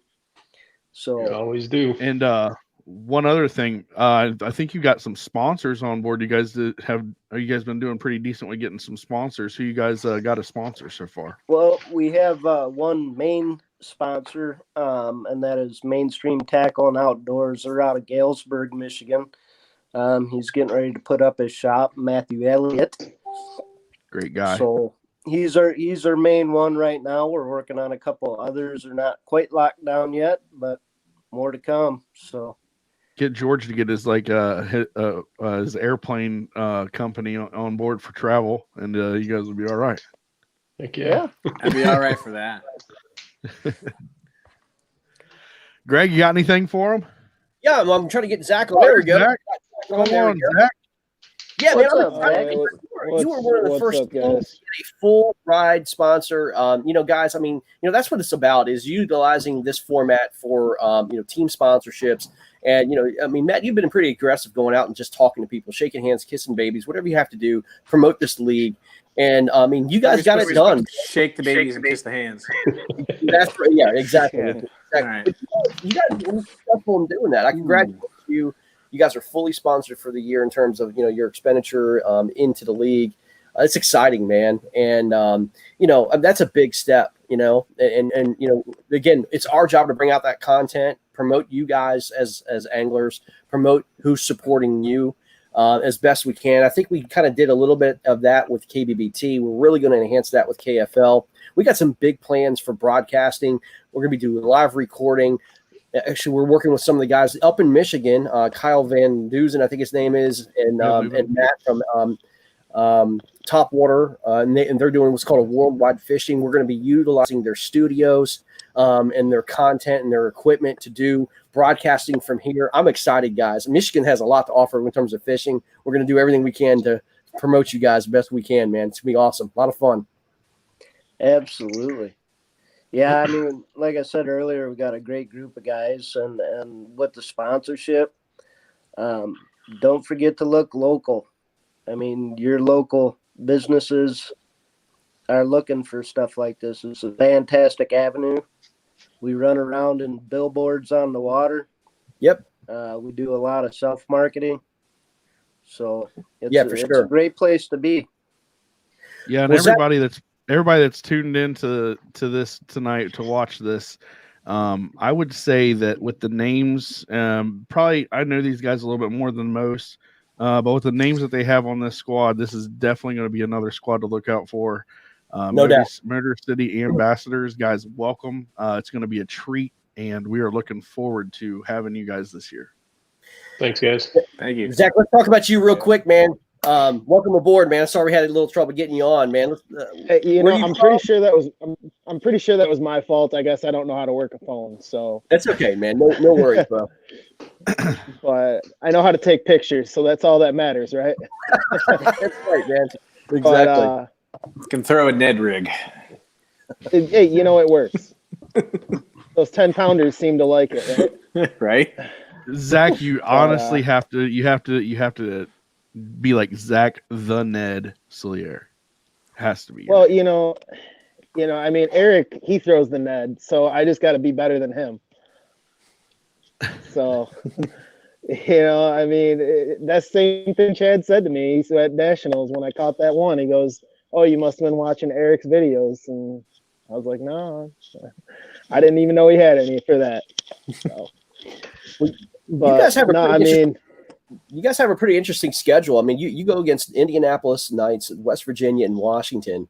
I mean, that's a pretty diverse. I mean, that's a diverse bodies of water, man. I mean, your talents are really going to have to show it out. I mean, not only fishing your bodies of water, but I mean, that's crazy. I mean, that's river fishing twice, going up to a lake that's pretty much unheard of in Indianapolis or Indiana, and then fishing your bodies of water, man. It's going to be a challenge for you guys. It really is.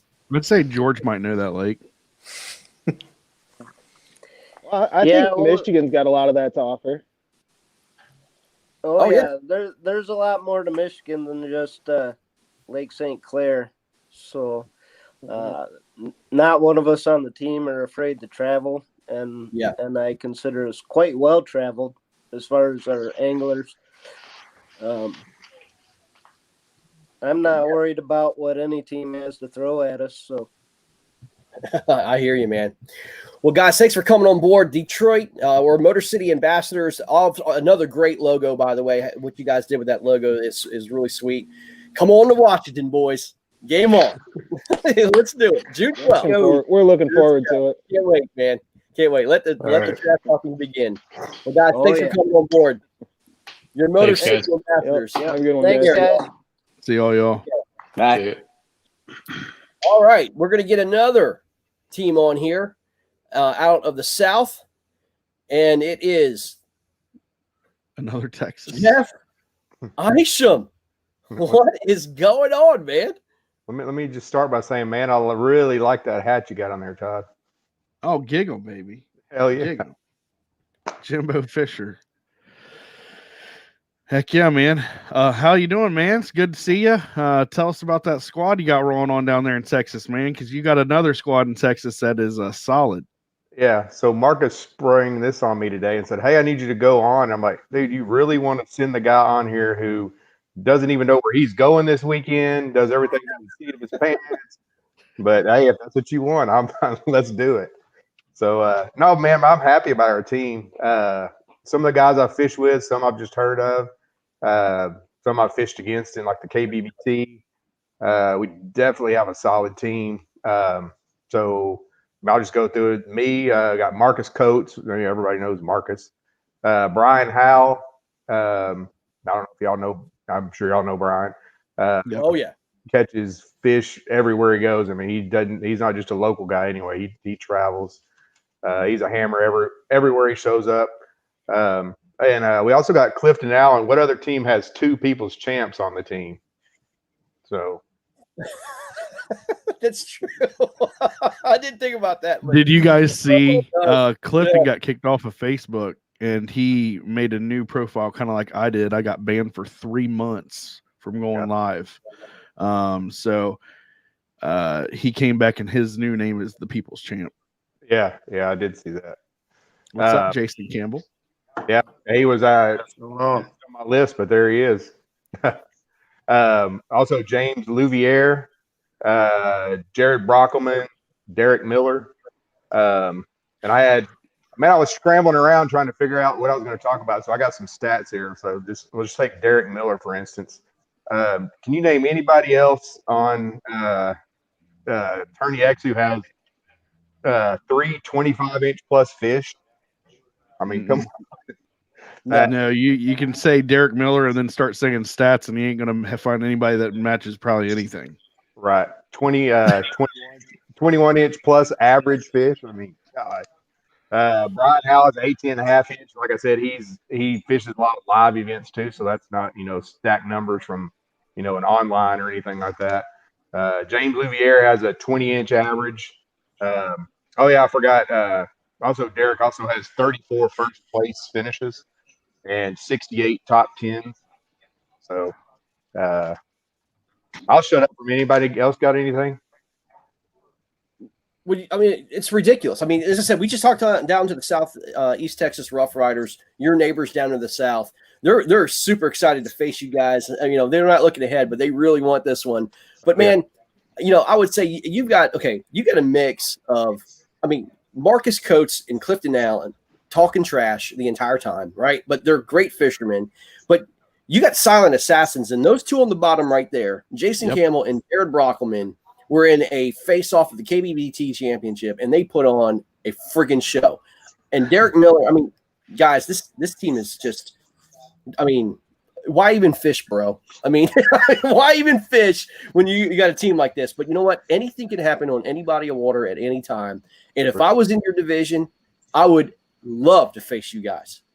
Going to your body of water and trying to beat the pants off you guys would be a treat. And if I was Arkansas, Louisiana, or Southeast Texas, man, I'd be licking my chops, man. What a team. It's amazing. You guys, this is what kayak, the fishing league is all about, is getting star-studded talent like this on one team and just battle the crap out of each other on one body of water. It's awesome. This is what competition's all about. Yeah. Jared, I have to say this to you, man. When you were in that championship with Jason, you guys are friends, but man, I saw the competitive nature out of you, man. It was just, look, man, I don't care if you're friends or not. Let's go. Yeah, that's what it's all about, man. It's fishing's fun regardless, but when it comes competition time, it's time to get it. Friends or not, that's Jason's a competitor, I'm a competitor, and we're both there to win if possible. So, no doubt, no doubt, man.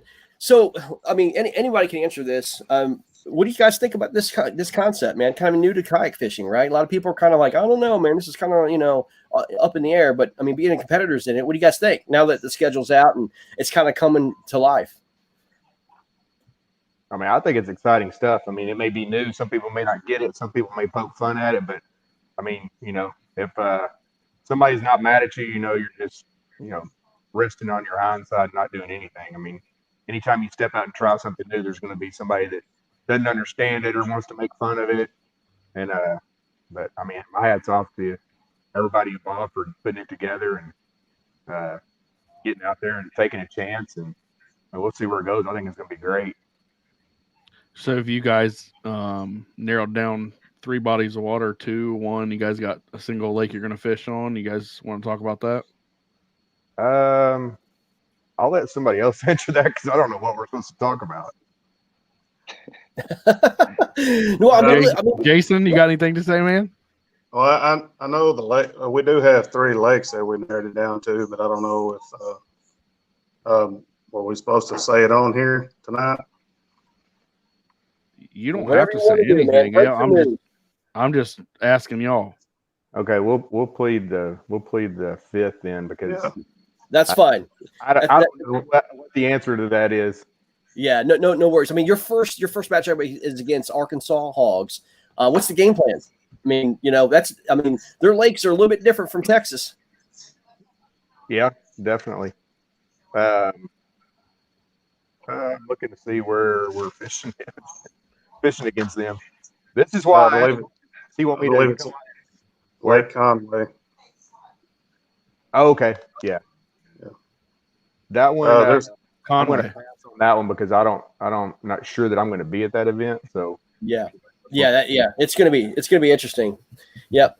Well, guys, this is the Lone Star Bandits, man. What a freaking team, man. These guys are studs. And if you guys want to see some stats on Tourney X, man, look these guys up. I mean, you're gonna see some stats, man.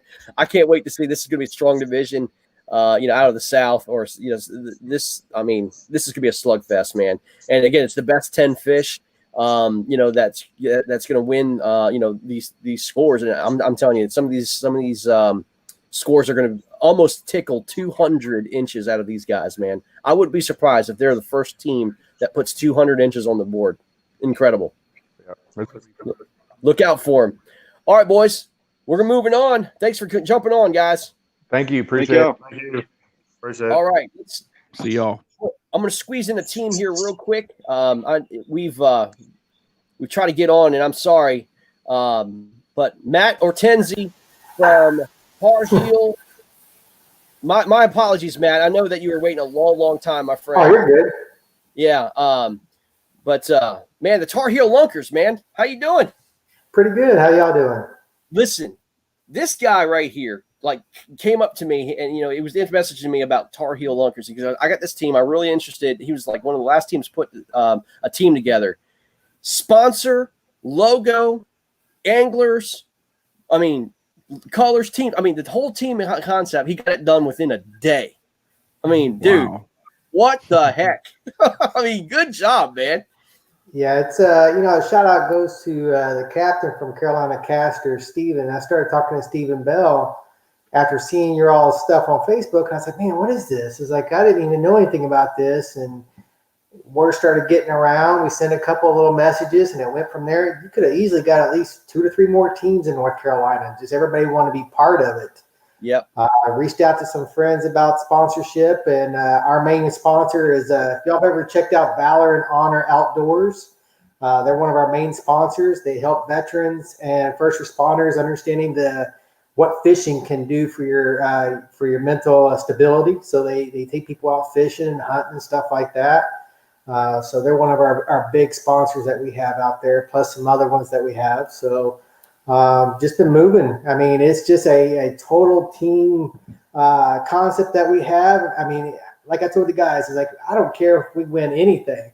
I really enjoy just talking within the kayak fishing community, talking to the guys and just sharing ideas and just, having that peace with everybody else and just talking. So. Yeah, man, for sure. Is there a guy named Big Moon with you? Is Big he on your Moon? team? Yeah. No, we got some hammers. I mean, I hate to say it. Okay, I'm looking at a guy. I thought he might be on your team. Okay, so making sure that you're not joined by anybody. But man, yeah, dude, you guys. I mean, I'm thoroughly impressed, man. I mean, but your schedule's not easy, man. I mean, you got Norfolk. I think you go to Alabama, if I'm not mistaken, right? No, Florida. You got Florida. Yeah. Everybody's looking forward to Florida. So we just yeah, man. Ellesmere. Oh, I can't wait. So I really can't wait.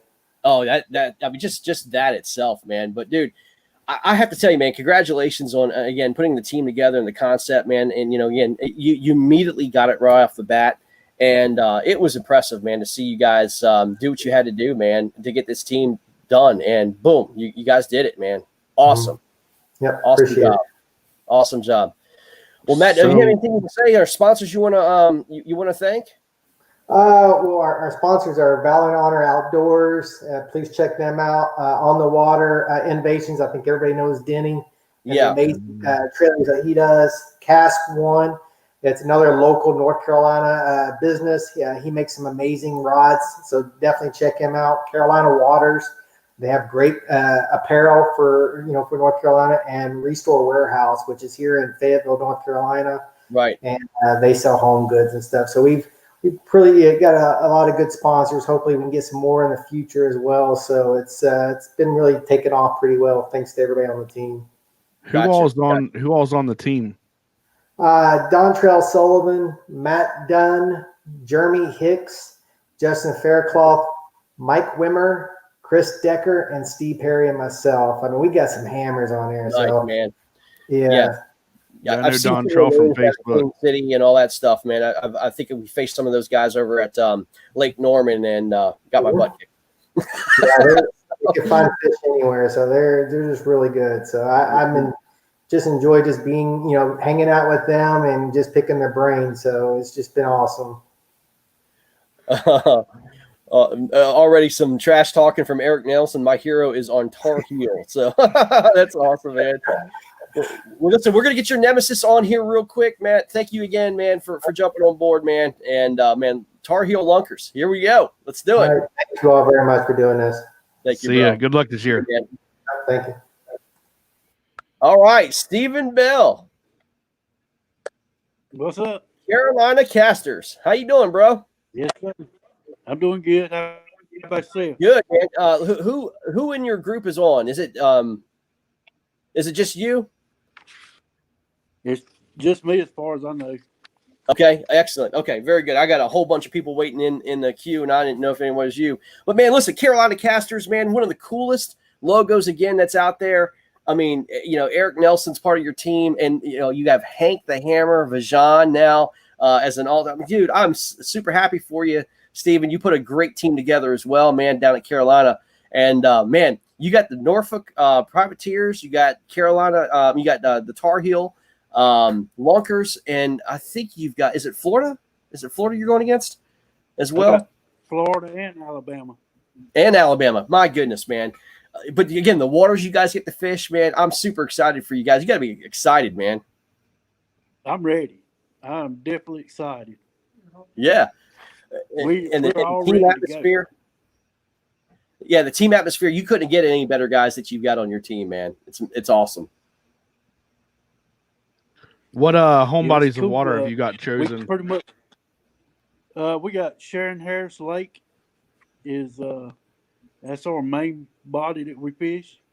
Okay. And then we're going to Jordan and Randleman Lake.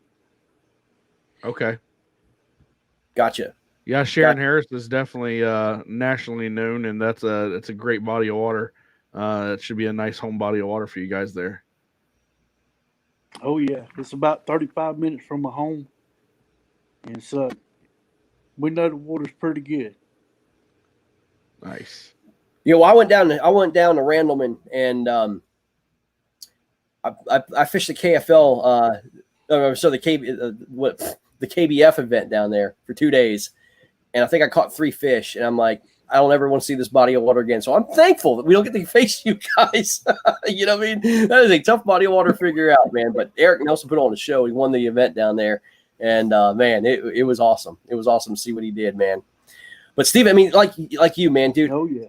You have been so supportive of everything we've done. You've been so proactive, and I believe you have Arlie, right? Arlie Melton on your team. Yep, Arlie Melton's on my team. Yeah, who's on your team? Yeah, we get a good squad. All right. Yep, I got Eric Nelson is on there. Arlie Melton and Henry Biggin, which y'all probably know all of them. And then I have Eddie Crabtree, Heath Tatum, and both of my sons, Dylan Bell and Stephen Bell. And both of my sons are the aldermen. Gotcha. Okay. Well, it's like, I mean, you were quickly to get sponsors on your team as well, man. And I mean, you guys are, behind the scenes. Eric has been helping us out too. I'm super excited to be a part of it and having you guys involved in the KFL, man. It definitely helps us out, especially having the North Carolina team. And then you drawed in your nemesis over at Fayetteville to come fish with us. And man, it's going to be a lot of fun to watch you guys, man. See you guys put on a show. I want to see somebody. If there's any team that's going to go to Florida and win, I think you guys could do it for sure. For sure. Yeah, I got a couple of teammates down there right now. Yeah, exactly, man. So, well, Steven, man, congratulations. Thanks for coming on board to KFL, bro. And, man, looking forward to seeing you guys. This is a sleeper team, y'all. Y'all watch out for the Carolina Casters for sure. Oh, yeah. Yeah. Or one of our sponsors, my church. It's Remix Church. Okay. And they got behind us right out of the beginning. And so I had to mention their name. Absolutely. And then we got Bass Trail. And then Easy Does It. That's Arley's. And so we're going to add some more here for long, but we won't give it away just yet. There you go, man. Nice. Looks like you guys got it going, and we're really looking forward to hanging out with you guys this year and giving you guys some coverage and seeing what you guys can do. Yes, sir.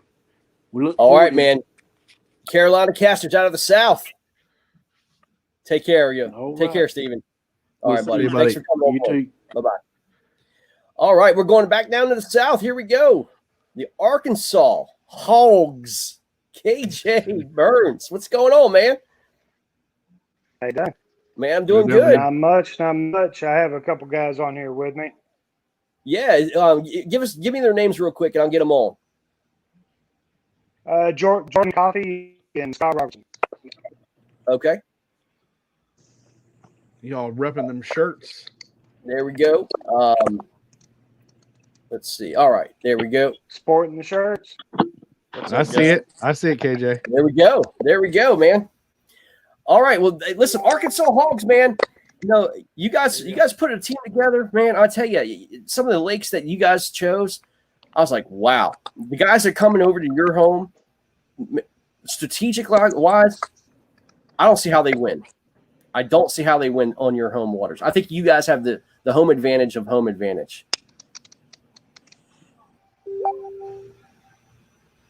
Yeah, what lakes do you guys we have a picked lot of up? guys that just fish Arkansas, and we have Conway. We're going to be doing Conway against the Bandits, and then we have Hamilton against Louisiana, and then we're doing Atkins against Southeast Texas. I got you. Well, Jordan, let's talk about you, man. Where are you from? Talk about a little about yourself, and man, what got you into the KFL, man? Man, I'm from Truman, Arkansas, and I'm gonna be honest with you. What got me into KFL is Redbeard. Y'all know him from KBT. Yeah, that's my wingman. That's my right hand man. You catch him, you catch me most of the time. I got you. Other than that, that's really he's the only reason I'm in it. I got you. Well, I mean, hey, he's a good influence, man. I mean, we give him a bunch of crap here, you know what I mean? But that guy, I mean, he's as solid as it gets, man. I mean, just a good guy, man. And I consider him like a brother of mine, man. Sometimes you got to slap him around a little bit, but just a little bit. Yeah, but he's good people, man. Good people. Scott, how about you, man? What got you involved in KFL? Can you hear me? Yes, sir. Okay, I was just making sure. Obviously, my girlfriend is Lisa. Okay. So she was on the team with Doc, and then she knows Marcus, and then Marcus told me that the Arkansas was looking for a team. I'm the Texas representative in Arkansas, so I can get all the Texas going. So I get to there you go. Go to all the Texas lakes and scout them for the team. And whenever she's going to fish, I'm sure she's going to let something slip about what she was using. No, I hear you, man. Yeah, guys, I mean, look, you're in a division that's no joke. I mean, the Lone Star Bandits is stacked. Southeast Texas is stacked. Louisiana is stacked. I mean, come on. I mean, what's your game plan, man? I mean, you're going to be going in some of the best waters, Texas fishing. And some of you guys have experience in doing it, man. And, I mean, what's your game plan? I mean, all you can do is, one fish at a time, right? Yeah, and most of our guys haven't traveled, and that's why I look for some Texas guys, so they know the lakes. They're a little bit more familiar with the lakes that they're going to choose, and that's why we brought Scott on. And we have some guys that are willing to travel, open up the book a little bit and get out of Arkansas and fish. Yeah. Now, do you guys? I mean, are you guys pretty diverse, or you guys have the same style? I mean, you have power fishermen or finesse fishermen, or I mean, KJ, I know that you're a finesse fisherman, by trade, but I mean, do you guys have a pretty diverse team? I do a lot of punching and. No, their home lakes are actually they have a lot of grass and lily pads on their home lakes. Gotcha. Definitely, my power is flipping and pitching structure. I mean, that's my main deal. Yeah, Gotcha. That's what we did all last year was punching reeds because we're on that Bastrop, Fayette, all those lakes, right? Decker, where South Rough Riders is one of their lakes, punching and everything like that. So we were just doing a lot of punching. Yeah.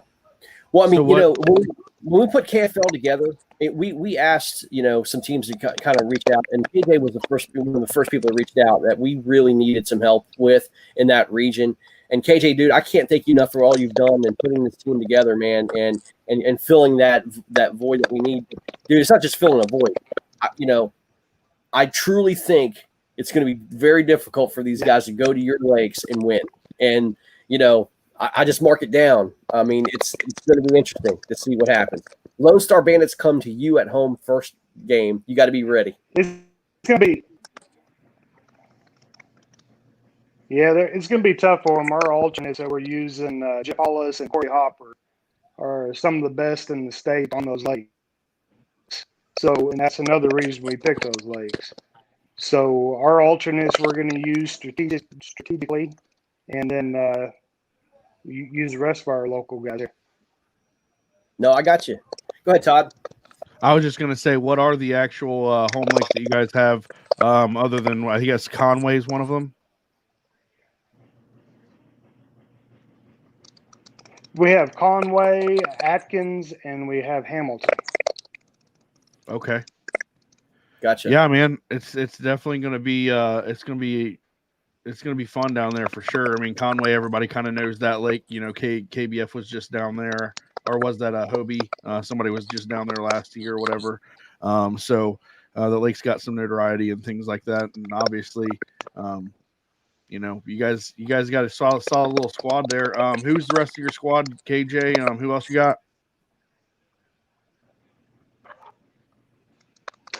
We have our two alternates, Larry Hollis and Corey Hopper.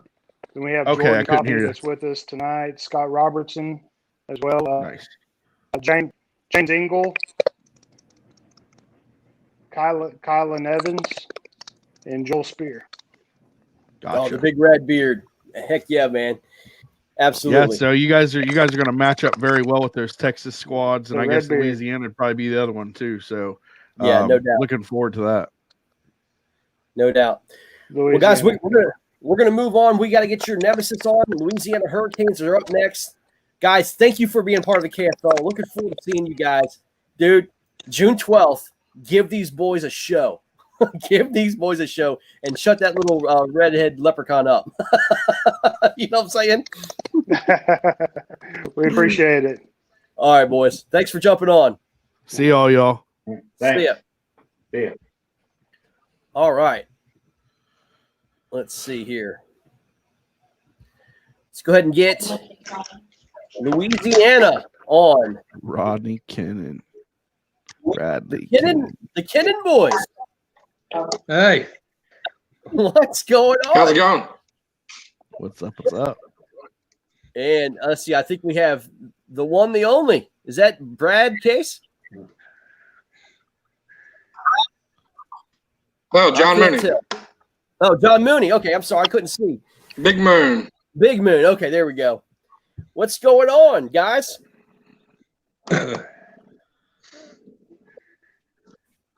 Rodney, how you feeling, man? I'm sorry, I just lost my breath. That's how you're feeling, huh? Yeah. Well, guys, look, man, guys, Louisiana, come on. You've announced your lakes. The lakes are freaking phenomenal. I mean, Caddo, I mean, that's just ridiculous. You know, a great lake to fish. You know, again, if you're a traveling team, you go down to Caddo and Toledo Bend. And did you have a third lake, or is that the only two? Lacassine down in South Louisiana. It's kind of like a Florida lake, like Fellsville. Okay. Gotcha. It's a big wildlife refuge.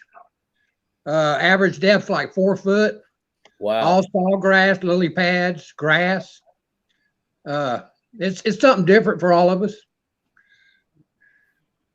No. Yeah, Yeah, 80% of the we big tried to bass in pick- Louisiana. Yeah, we tried to pick well-rounded lakes and tried to pick a well-diverse field of anglers. We got a bunch of anglers on our team that travel the whole country fishing, and I think it's really going to benefit us in the end. Looks like Dwayne Taft's on the squad. Dwayne Taft's Bradley, on? who all's on the team, brother? We got Somebody Brad talking Case. I think everybody knows him. We got Brad Case, Dwayne Taft, John Mooney, Adam Patrone, and Jamie Broad, Jason Willis. Wow. I mean, look, we've got 3 national champions that are fishing the Kayak Fishing League. One of them is on this team. And Dwayne, man, you know, let's talk to you. You know, being national champion and man, just following up with a great, great career since and everything else, man. But what got you interested in this, man? I mean, the Kayak Fishing League. You know, people are kind of like, you know, they weren't sure about it, but you kind of put this, you know, this format together and the team that you guys put together. Holy crap, dude. I mean, you guys are going to make some serious noise down there, man. Yeah, man. I'm excited to be part of it. It's just a cool structure, man. The whole setup, the way the team's going against each other and stuff, you know, and fishing with your friends and, you know, just the whole, I don't know, everything about it was just inviting, man. I thought it was a cool deal and I'm glad to be part of it. Yeah, we got a hell of a team too, man. We got a powerhouse here. Yeah, you do. Well, the guy in the middle, John Mooney, is no joke either. John, man, welcome aboard to KFL, my friend. Appreciate it, Greg. Yeah, man. So, John, what is your specialty? Is it frog fishing?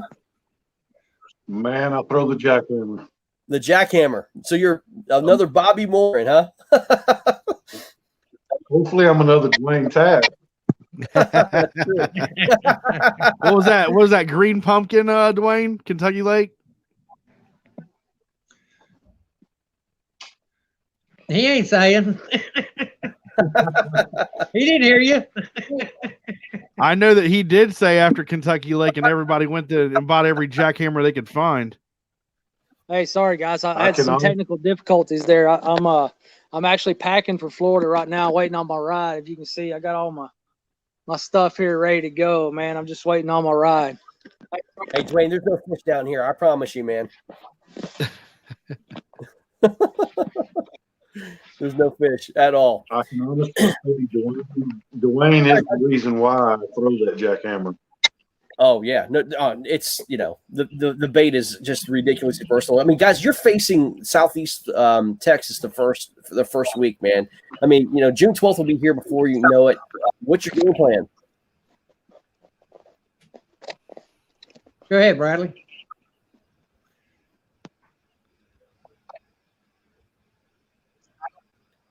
Ask the question again, Greg. I'll answer. Where are we facing them at first? I can't remember what the schedule said.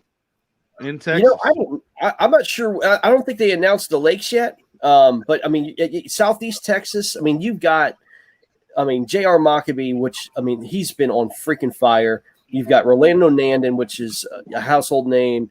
Doc Acosta, Lisa Washington, Carlos Estrada. Caleb Helbig, who just freaking caught a nice bass there online. I mean, these guys are no joke, man. Only 4 get to fish, but down there. But man, it's gonna be interesting strategy. I mean, have you guys thought about what you're gonna do the first week? Yeah, I think they said Choke Canyon might be where you guys are facing it off. Canyon Lake. I think it's Canyon Lake. Choke Canyon. Choke Canyon. Yep. Okay. And then they come to Toledo Bend. And then Arkansas, we go to Hamilton, and Right. Arkansas is going to come to Caddo. Ooh. And then the Lone Star Bandits, we go to Fairfield, and they're going to come to Lacassine. And Greg, when you said Arkansas's got an advantage, I lived in Little Rock now for 5 years. I've probably fished Lake Hamilton about 50 times. Wow. And I got to fish a BFL tournament with Kevin Short. So I know his honey holes on that lake. Oh, man. So we got something. We got something for him. I hear you, man. I hear you. No. I mean, unbelievable, man. And we got a diverse group of guys that are well traveled. We got 4 10 members on our team. Our guys can bring it now. They fished every lake from California to Michigan to New York, Florida, everywhere across the nation. Well, that's what I'm saying. I mean, I'm really excited. This team is probably the best traveled team that we have in the KFL. You guys have seen just about every body of water. You guys have done very, very well. I mean, you have Jamie Broad, all you guys on a lot of different bodies of water. Rodney, I mean, here's the deal. The toughest thing is being able to figure out who's going to play and who's going to sit. Wouldn't you agree? Oh yeah. I mean, I'm going to probably sit. Brad's going to probably sit a lot. I mean, we got hammers, like you said. It's going to be really difficult to see. That's one bad thing that might go against us, because a lot of our guys are going to be fishing these big trail events too, in the Bassmaster tournament, and so it just depends on how everything plays out. But we'll be able to bring 4 good anglers every tournament. Oh, you're going to have 4 good anglers from KBBT. I mean, just watching you guys from KBBT. I mean, you guys are just ridiculous. Put up, I mean, ridiculous numbers. Some of you guys went home with 90-something inches, and I mean, this is a team to be reckoned with, man. And again, I cannot choose. If I was to take preseason predictions, I would not have a clue who to pick out of this division. I don't have a clue. Yeah, I wouldn't either. You guys are going. You guys are like the AFC North of the NFL. You guys are going to beat the tar out of each other. Yeah, I agree. Yeah, I would say Vegas would have this team as probably the odds-on favorite to win it all. Wow. Yeah, don't jinx us yet. I'm not. I'm confident in what I see with you guys. You guys have great diversity. My God, you guys have tons of experience. And if I was the Vegas sports book, I think you guys would probably be the favorite. Wow. Well, I hope we can live up to it. Like I say, we got a great group of anglers, and I think we're going to do really good. We got some guys that can fish. So yeah, I know Greg loves the Copperheads and loves to talk those guys up. I'd put you guys up against them 10 times out of 10. There you go. Well, if you take those Copperheads out of their element, you take them out of those grassy lakes in Florida, they're lost. That's the whole thing. Take them up to Arkansas, some of the 200-foot deep reservoirs. They can't do it. You forget about it. Oh, yeah. Yeah, but if there was a squad that was going to fish like them, it's probably going to be the Louisiana lakes are going to fish closest to the Texas lakes, the Florida lakes. So, man, it's going to be a fun year. When Rodney just announced all the anglers that are on this team, you guys got Topwater, you guys got guys that won national championships, you guys got DZ the 10 finalists, you got all these guys, and it's going to be a treat. It's going to be a treat. I think your sleeper teammate, Jason Willis, is going to make some noise as well. I mean, come on. Willis is due, man. He's due for it. He's grinded it out for a few years, and he was just telling me on the phone yesterday he don't have any hardware to show yet, but he wants he's hungry for it, man. Yeah, man. We had a great conversation down at Chickamauga, man. His passion, his fire's back, man. He's ready to go, man. So he's like a bull in a china shop right now, man. Ready to go.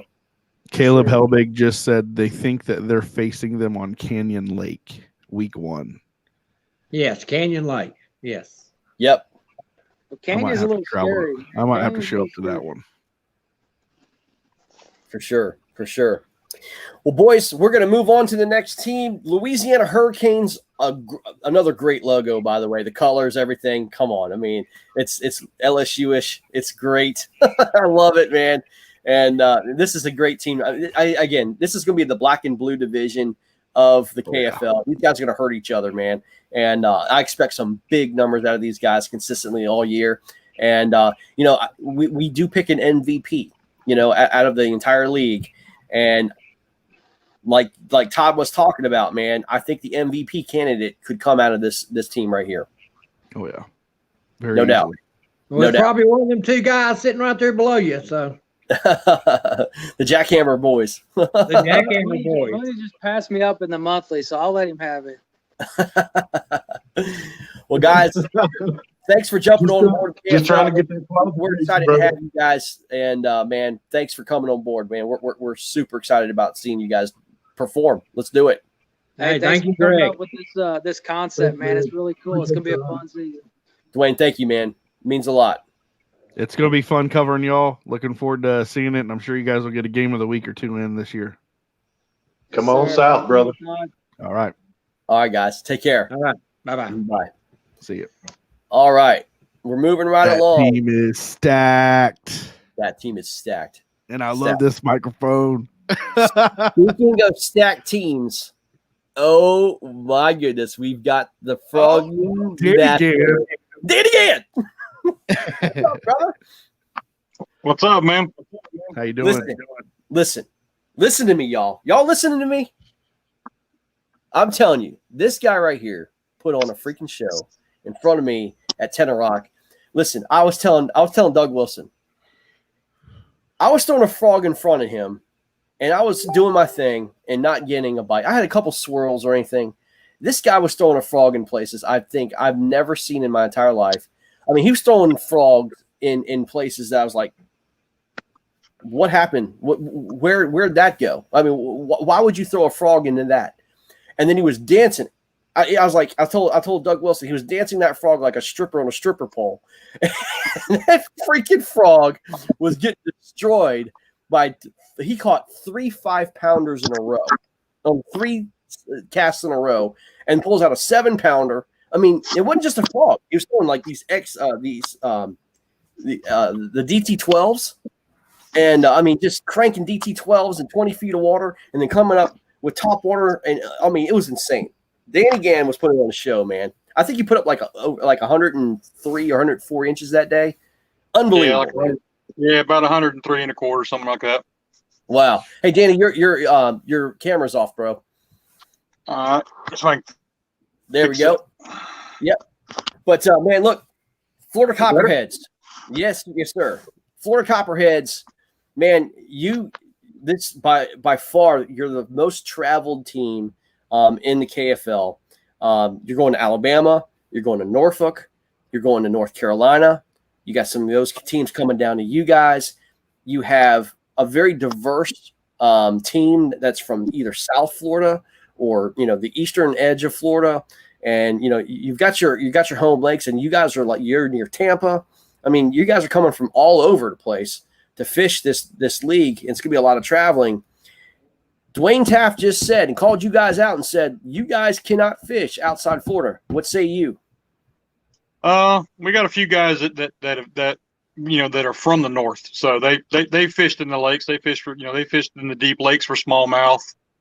He's right. I mean, we're probably going to struggle for those, some of those places. A few of us will, anyways. But the same thing is going to happen down here. They're talking about grass lakes and all that. I think you guys are going to be surprised when we reveal the lakes and the old phosphate pits that we're going to fish in. We're not going to be picking a lot of these lakes that where a 4-man team can come in here and get lucky and bust 200 inches. So you're gonna have to put some time and effort in some of the lakes which we've chosen, we've picked out. So, hey Danny, do you want to reveal maybe like one of them? Well, I know that we're discussing. Greg was just here. We're going to probably fish one of our events in Tenor Rock. Okay. So that so there you got 26 different lakes or pits out there to pick from, and it's not your typical type of fishing. I mean, it's a different kind of animal. Every Yep, lake is every different. every lake's different. So, Yep. Yeah, and you can't do the same thing on every lake, and it's very unique. And I'm gonna tell you something, guys. You're like, oh, this is Florida. You just throw anything you want. No, guys. Rock was no joke. And I mean, I went out there. I saw these guys one day catch 103 inches, and then I went back a couple days later, and I got blanked. That's how Rock can be. yeah, no, I went that Monday, Martin Luther King, for 2 or 3 hours in the afternoon and caught 2 of them that were close to 8 pounds. Same lake. Wow. So, yep, I caught a 8.2 and a 7.14, I think. Wow. Yeah, and then the same day, Doug was out there. Doug caught another 23 incher. So it's been he's destroying me in the monthly. He's got me by 4 or 5 inches now already. So Danny, we know that Florida is one of the teams that we kind of have been premiering as KFL, as probably one of the favorites to do a lot of damage. Why don't you go ahead and go over your teammates and release your anglers on your team? Yeah, well, we got the Barbarian, Conrad. Everybody knows him. So Conrad's been, he's got this. Everybody's got the knock on him that he's only an online fisherman. Well, he went to Okeechobee and did the KAF event and won that. Beat like 40-something anglers. So and he did it handily. So we got Conrad. We got Sherman Bishop. We got Sissy Cook. We picked her up. She's like an Okeechobee expert, man. So you might be not surprised to see Okeechobee on the schedule. We're still debating whether we're going to do that or not. Thomas Anthony. You got Matthew Kasperick, the GOAT, man. That guy can just, that guy's put up 120 inches in a day, where he fishes. He's just nuts. Jake Suvak, and then you've got myself. I'm gonna probably be an alternate, and then we got Jason Denise. So we've got a stacked team. We a little bit of everything. I like to throw the frog. Conrad throws the swim baits and the jackhammers and the swim jigs, stuff like that. We've got we're going to take care of business at home. That's for sure. I mean, that's we're not going to, like I said, we're not going to pick a lake that we're not going to probably pick Kville because anybody can come down to Kville and they get lucky and they can put up 100 inches. You know what I'm saying? So we're not going to allow that to happen. We're going to strategically pick our lakes that people have limited time to fish them. Yeah, and you said you're going to take care of home field. That's key. Everybody, There's 6 weeks here, so you take home field and you clean house at home. You're the worst you can be is 3-3. You go on the road and steal one, get to 4-2. I think that's key to probably getting into the to being a good seed in the playoffs this year. I think 4-2 is where you really want to be. You want to steal one on the road, and you need to take care of home. So Danny, that was good to say that about taking care of home field and making sure that you take care of that. I think also what's good about our team, and every team's the same way. I mean, there's some teams that are stacked. I'm glad we're not over there, going against those guys in Texas.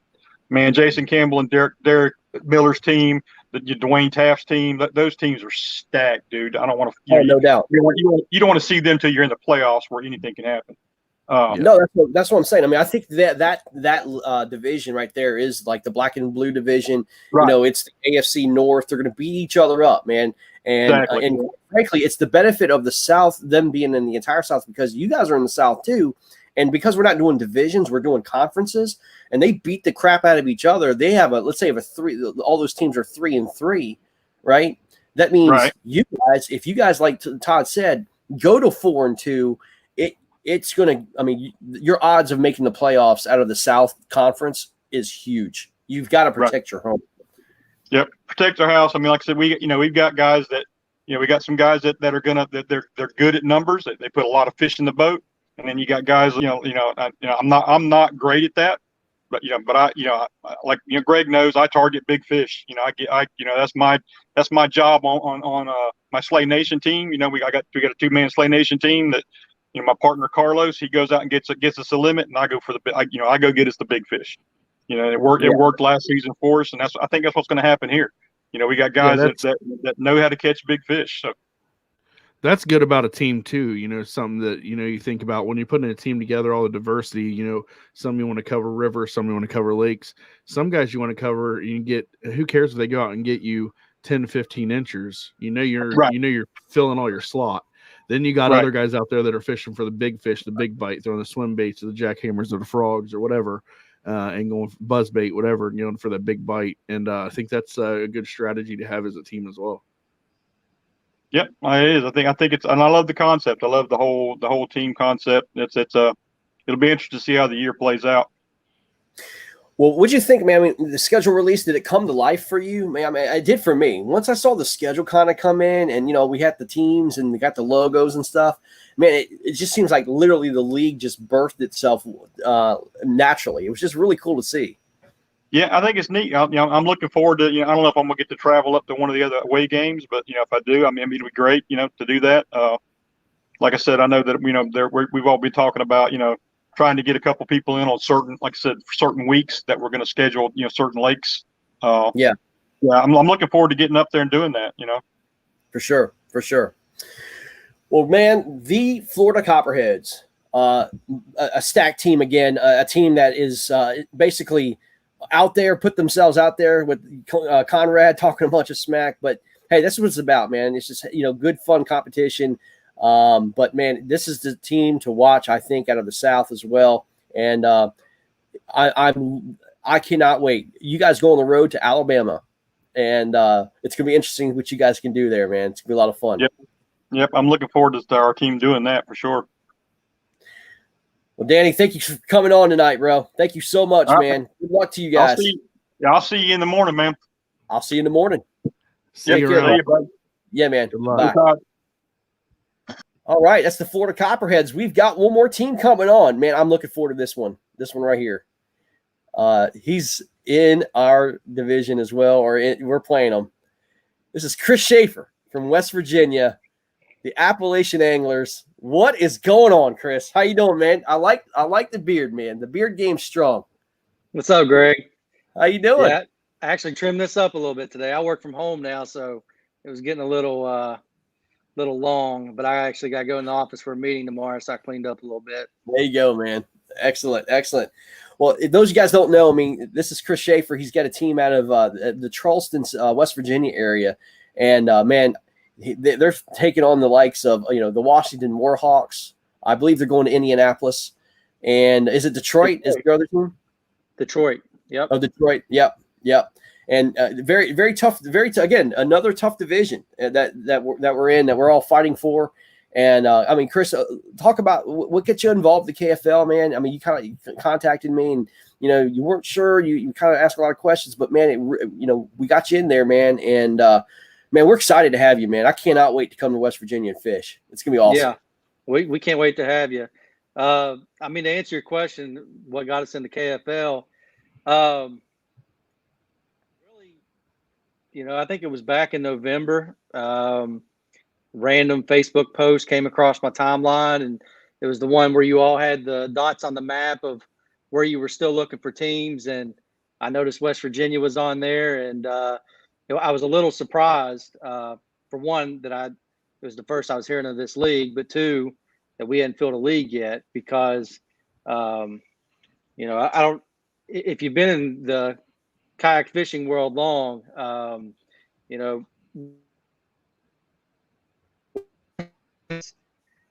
really kind of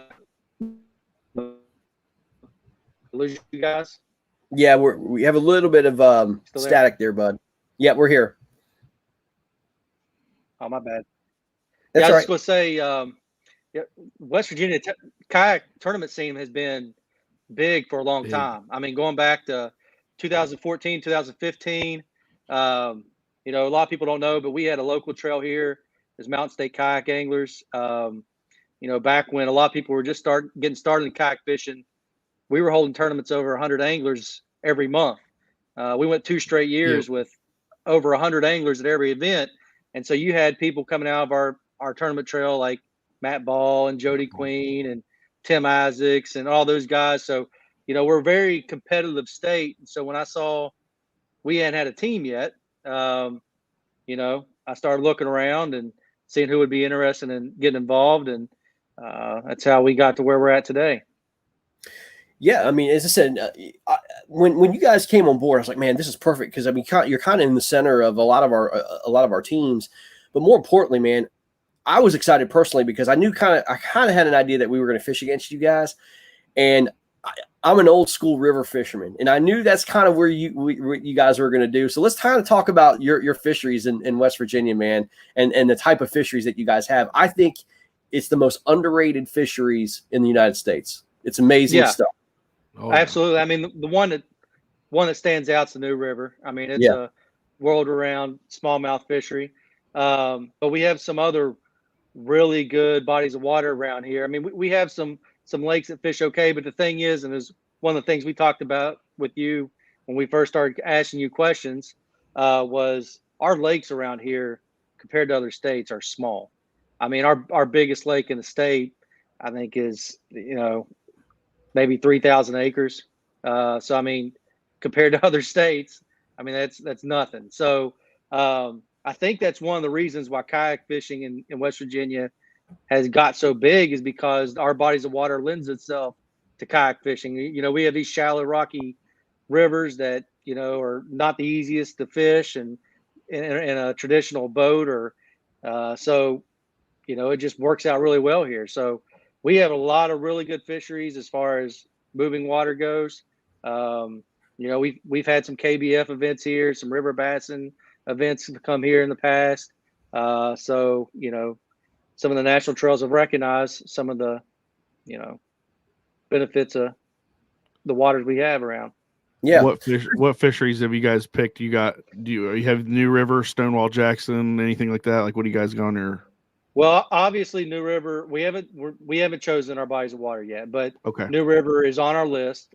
We have 3 big tournament trails in the state. And so one, we're wanting to coordinate around where they're going to be for those weekends.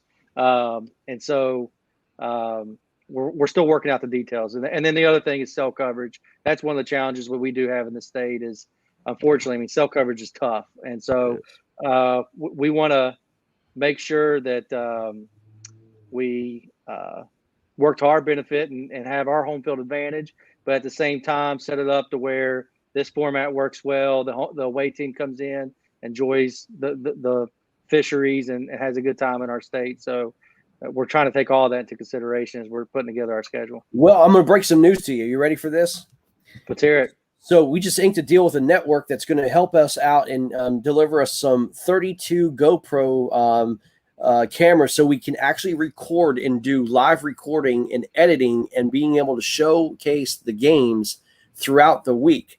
So if we can't get cell phone service, we've got GoPros ready to go for the anglers, and that we're going to basically create a show while we're fishing. And that way, if it can't go live or do the game of the week, we have enough content, we can put it together, edit it, and then showcase that game during the week.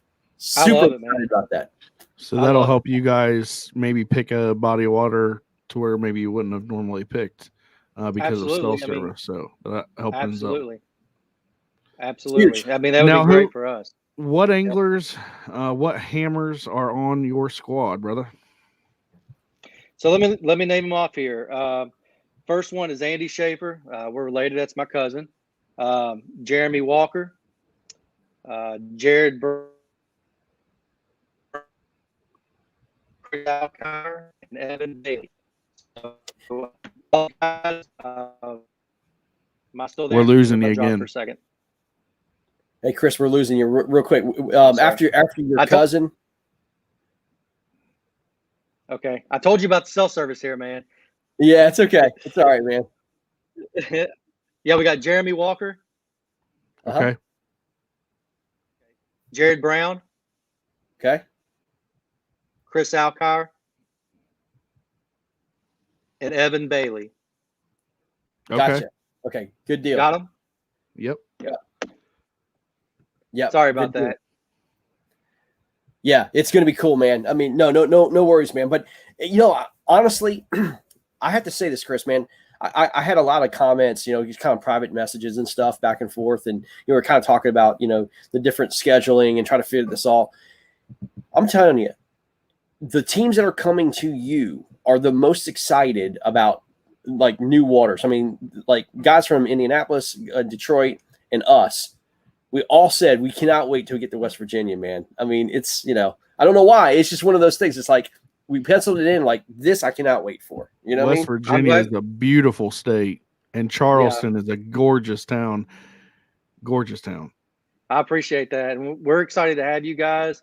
It's important to us. I mean, that the away teams that come in have a good time, and so we're going to try to make a little bit of extra effort to do what we can to make sure people understand boat ramp access, cell coverage, lodging, all that stuff. So Yeah, we want things to be, you know, as streamlined as possible for our away teams.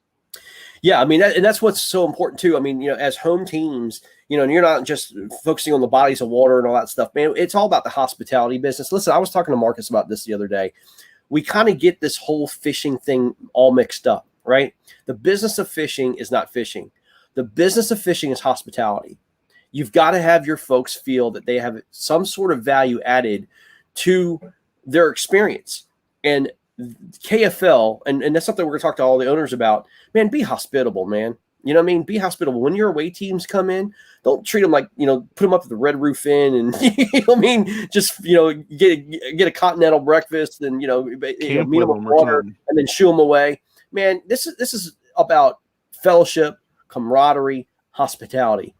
And if we get that mentality, you know, as a kayak fishing community, the fishing will come natural. I mean, that's what we love to do. The hospitality and the camaraderie, that's the key. That's the key. And I hope that's where KFL shines in.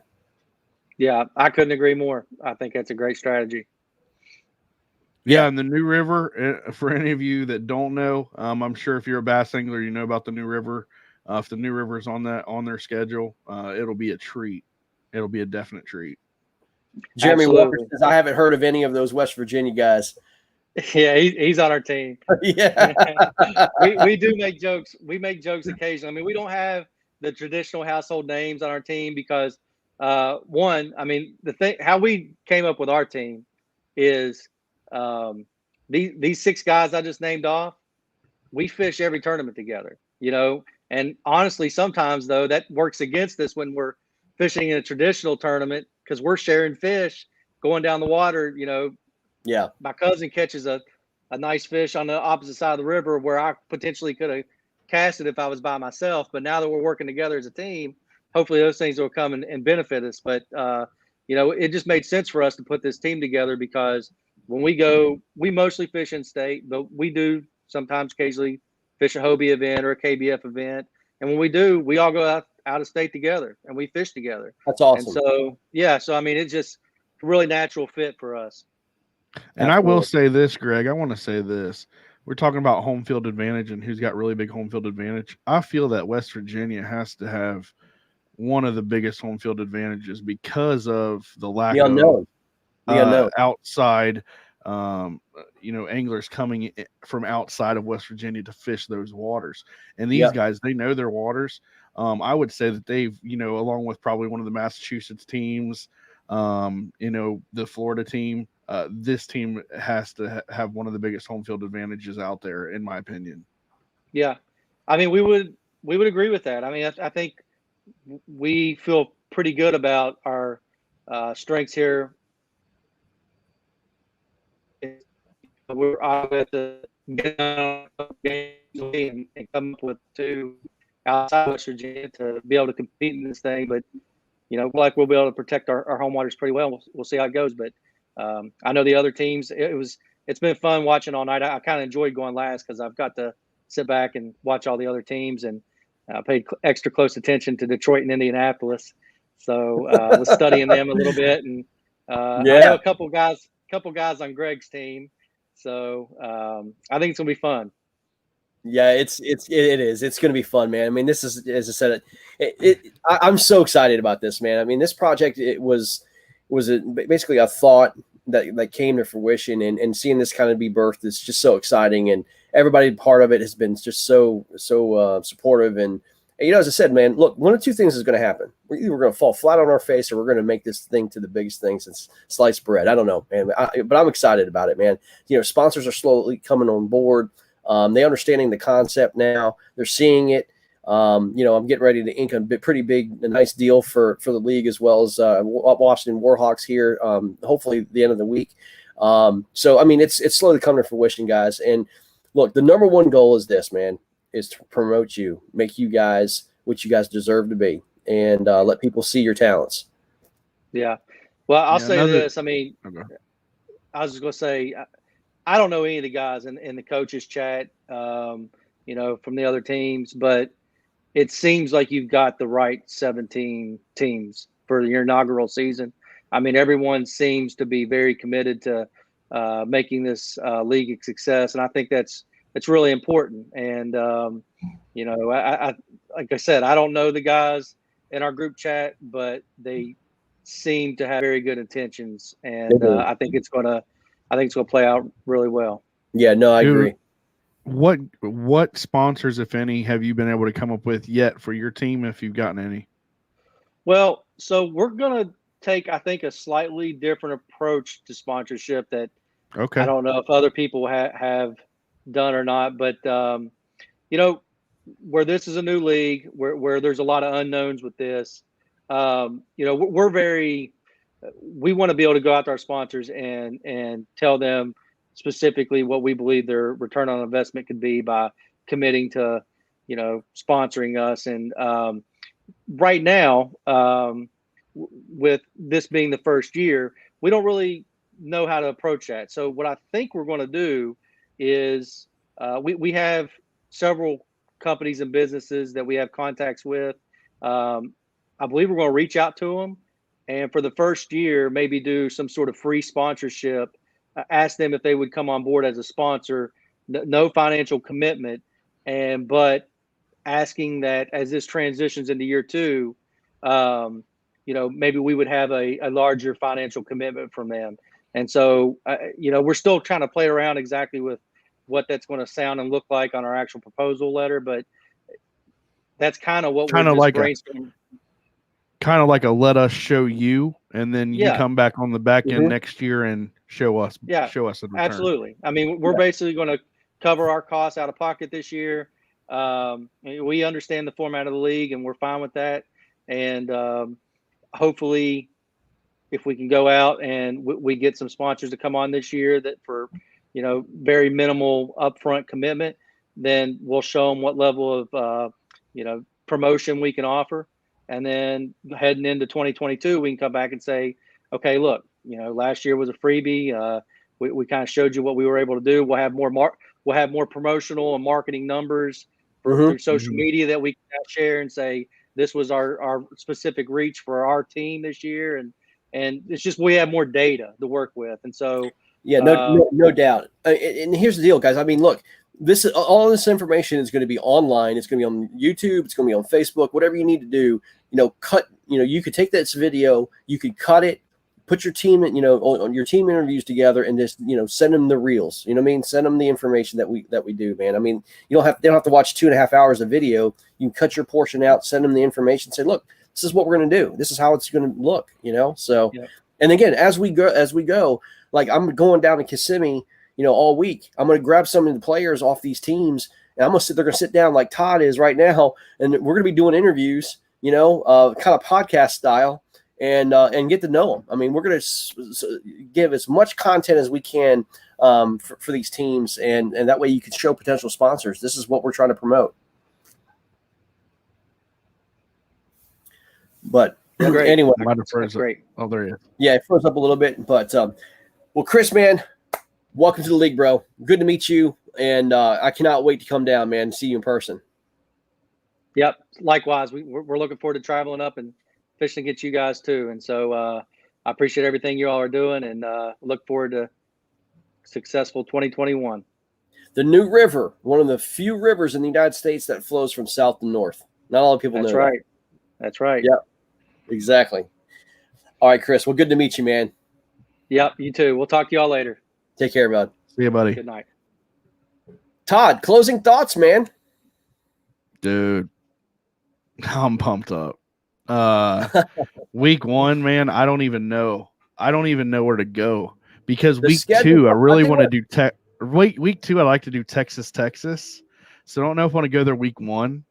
But Todd, my God, Todd, we've got to. Todd, we've got to just initially do our picks right now. Week 1, if we just talking to the teams, week 1, we've got to do a little, just give them a little something to piss them off or make them excited or whatever. But we've got to do this, man. I'm going to ask you about this. All right, week 1, we've got Lone Star Bandits versus Arkansas Hogs. I'm going to go Lone Star Bandits. I think that they're one of the premier teams in the league. I think that they're going to be a force to be reckoned with. I will go Lone Star Bandits takes that one. It's going to be close. I didn't say it wouldn't be a quarter it's of an inch. Close, guys. I'm just saying I'll take Lone Star. I'm going to say Lone Star Bandits. It's going to be it's going to be close. It's going to be close. So the only reason why I say that is because you do have some guys that can travel and fish, and it all depends on who they start. But I think Lone Star Bandits takes out Arkansas Hogs by a very narrow margin. So this is where we release the schedule and we go ahead and piss off 8 teams. Yes. Yes. All right. Rhode Island Rebels versus Massachusetts Maulers. We didn't get either one of these guys on. But man, these guys That's right John there. DeCenzo with Rhode Island, if I'm not mistaken. John DeCenzo with John Rhode Island. DeCenzo, guys, is an awesome angler, and I'm sure the people that the anglers on his squad are going to be top notch. Massachusetts Maulers, I'm assuming that's Brundle and Conant. Conant, yep, it's Brundle, Conant, and Ken Wood.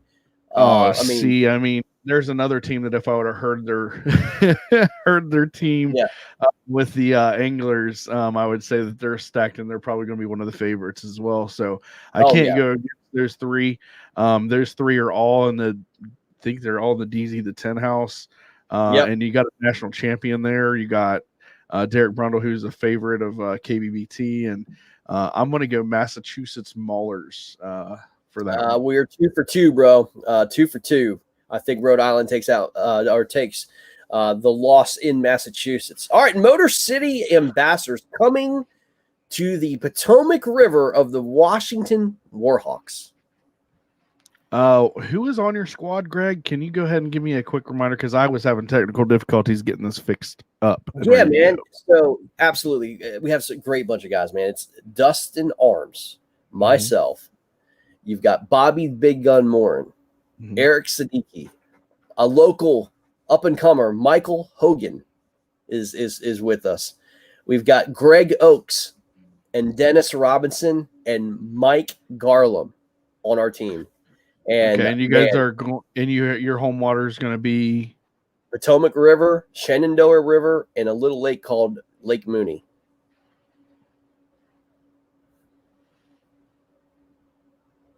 I gotta go with my boys out of Detroit. I gotta go with the Motor City Ambassadors. You pushed it off one of the 8. No, but you want to know something? I think your home field advantage on the Potomac is actually going to be key. And if I was a betting man, I'd probably bet on y'all. But I'm gonna go with Motor City with an upset. Yeah, it's the Potomac River. You have to know how to fish it. I'm going to take you guys. It's a tidal fishery, and I'm not sure if there. I think Fader might have a little experience. I'm not sure if Linsenman really does. My gosh, who else? Polins, he's going to adapt anywhere he goes.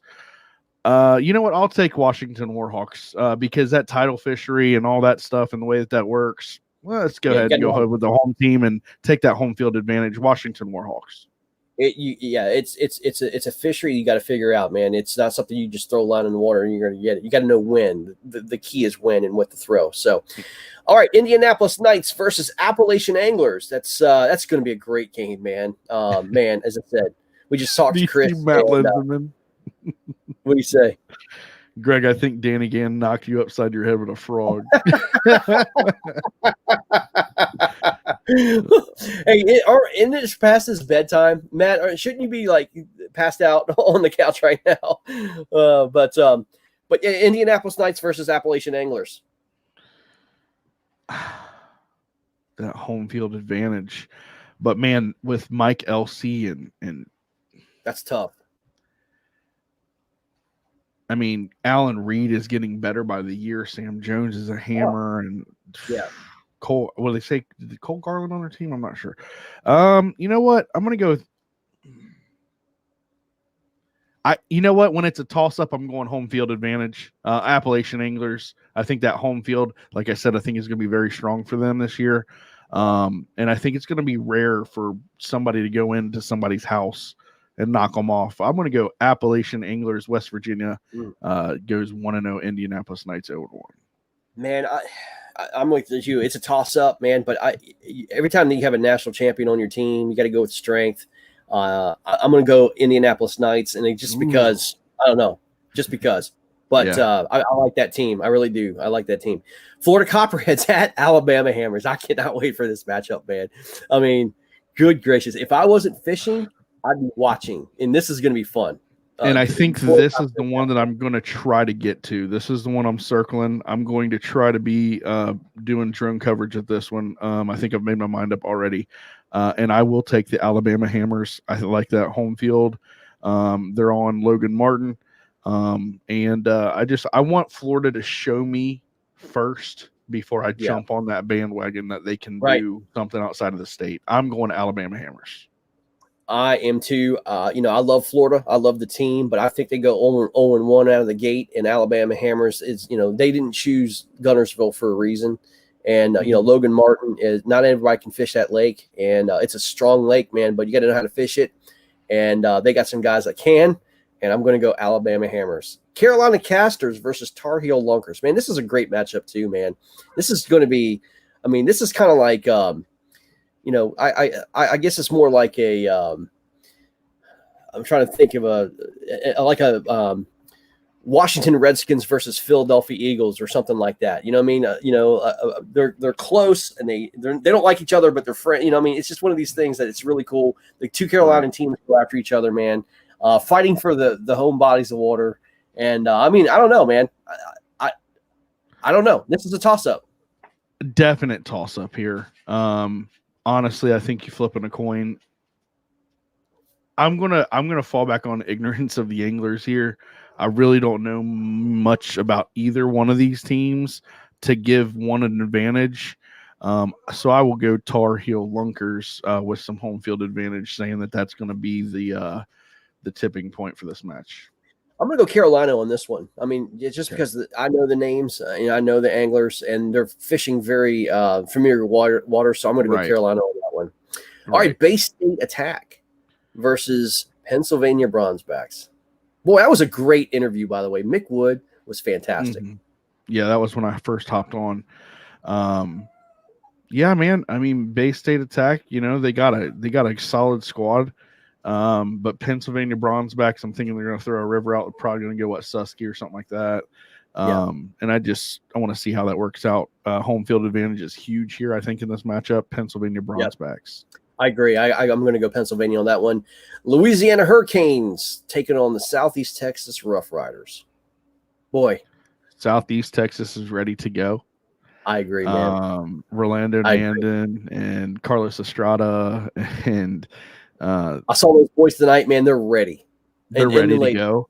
What's I say? But it's. Let me say this without. In my heart, if I had $1,000 to lay on the table right now, I don't know. I'm not going to say that. I will take the Louisiana Hurricanes. I think they are one of the top two best squads in this league, and I will take them going on the road as one of only two road picks to win. I took Lone Star, and I will take Louisiana, and I'm taking the rest home squads. So we'll see how it goes. Wow. Well, I'm going to go the opposite. I think Southeast Texas is going to. They got something for these boys, man. They're ready. I saw it in their eyes. Doc Acosta, great leader, great coach for the team. That team's rallied around that guy. I'm excited for it. So yeah, we've seen in KBBT what those anglers can do out of Southeast Texas. and that's very, very dangerous. Carlos is trying to send me that $1,000.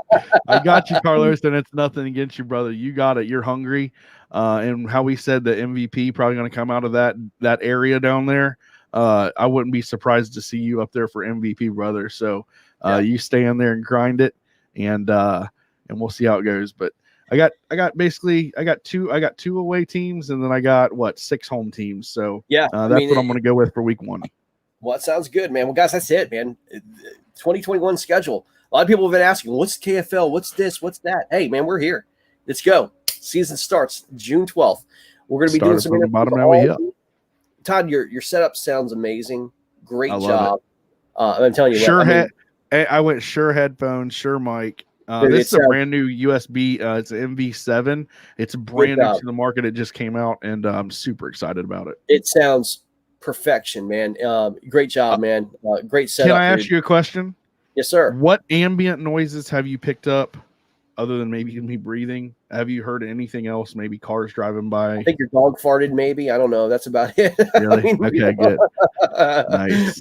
Hey, Bobby Morin says, good night, all. Bobby, you fishing the Invitational. Good luck, and good night to you, Steve O'Brien. Yeah, Pennsylvania Bronzebacks. Guys, thanks for making this a great start to an inaugural season of 2021. Teams, you guys did so good. Thanks for coming on. And again, use this content. This is what it's going to be like, guys. I mean, shout out to Sam Jones again, helping us set this up and everything that's gone into this, guys. More KFL stuff coming your way, more interviews this week. I'm going to be doing a lot of stuff like this with a lot of our anglers and, doing and just promoting you guys. So congratulations, guys, on setting up the teams. Let's do this. The schedule's out, man. I can't wait. Let's go June 12th. Let's go. Todd, yeah, I'm have ready. a great night. June 12th, man. Yep. Take care, guys.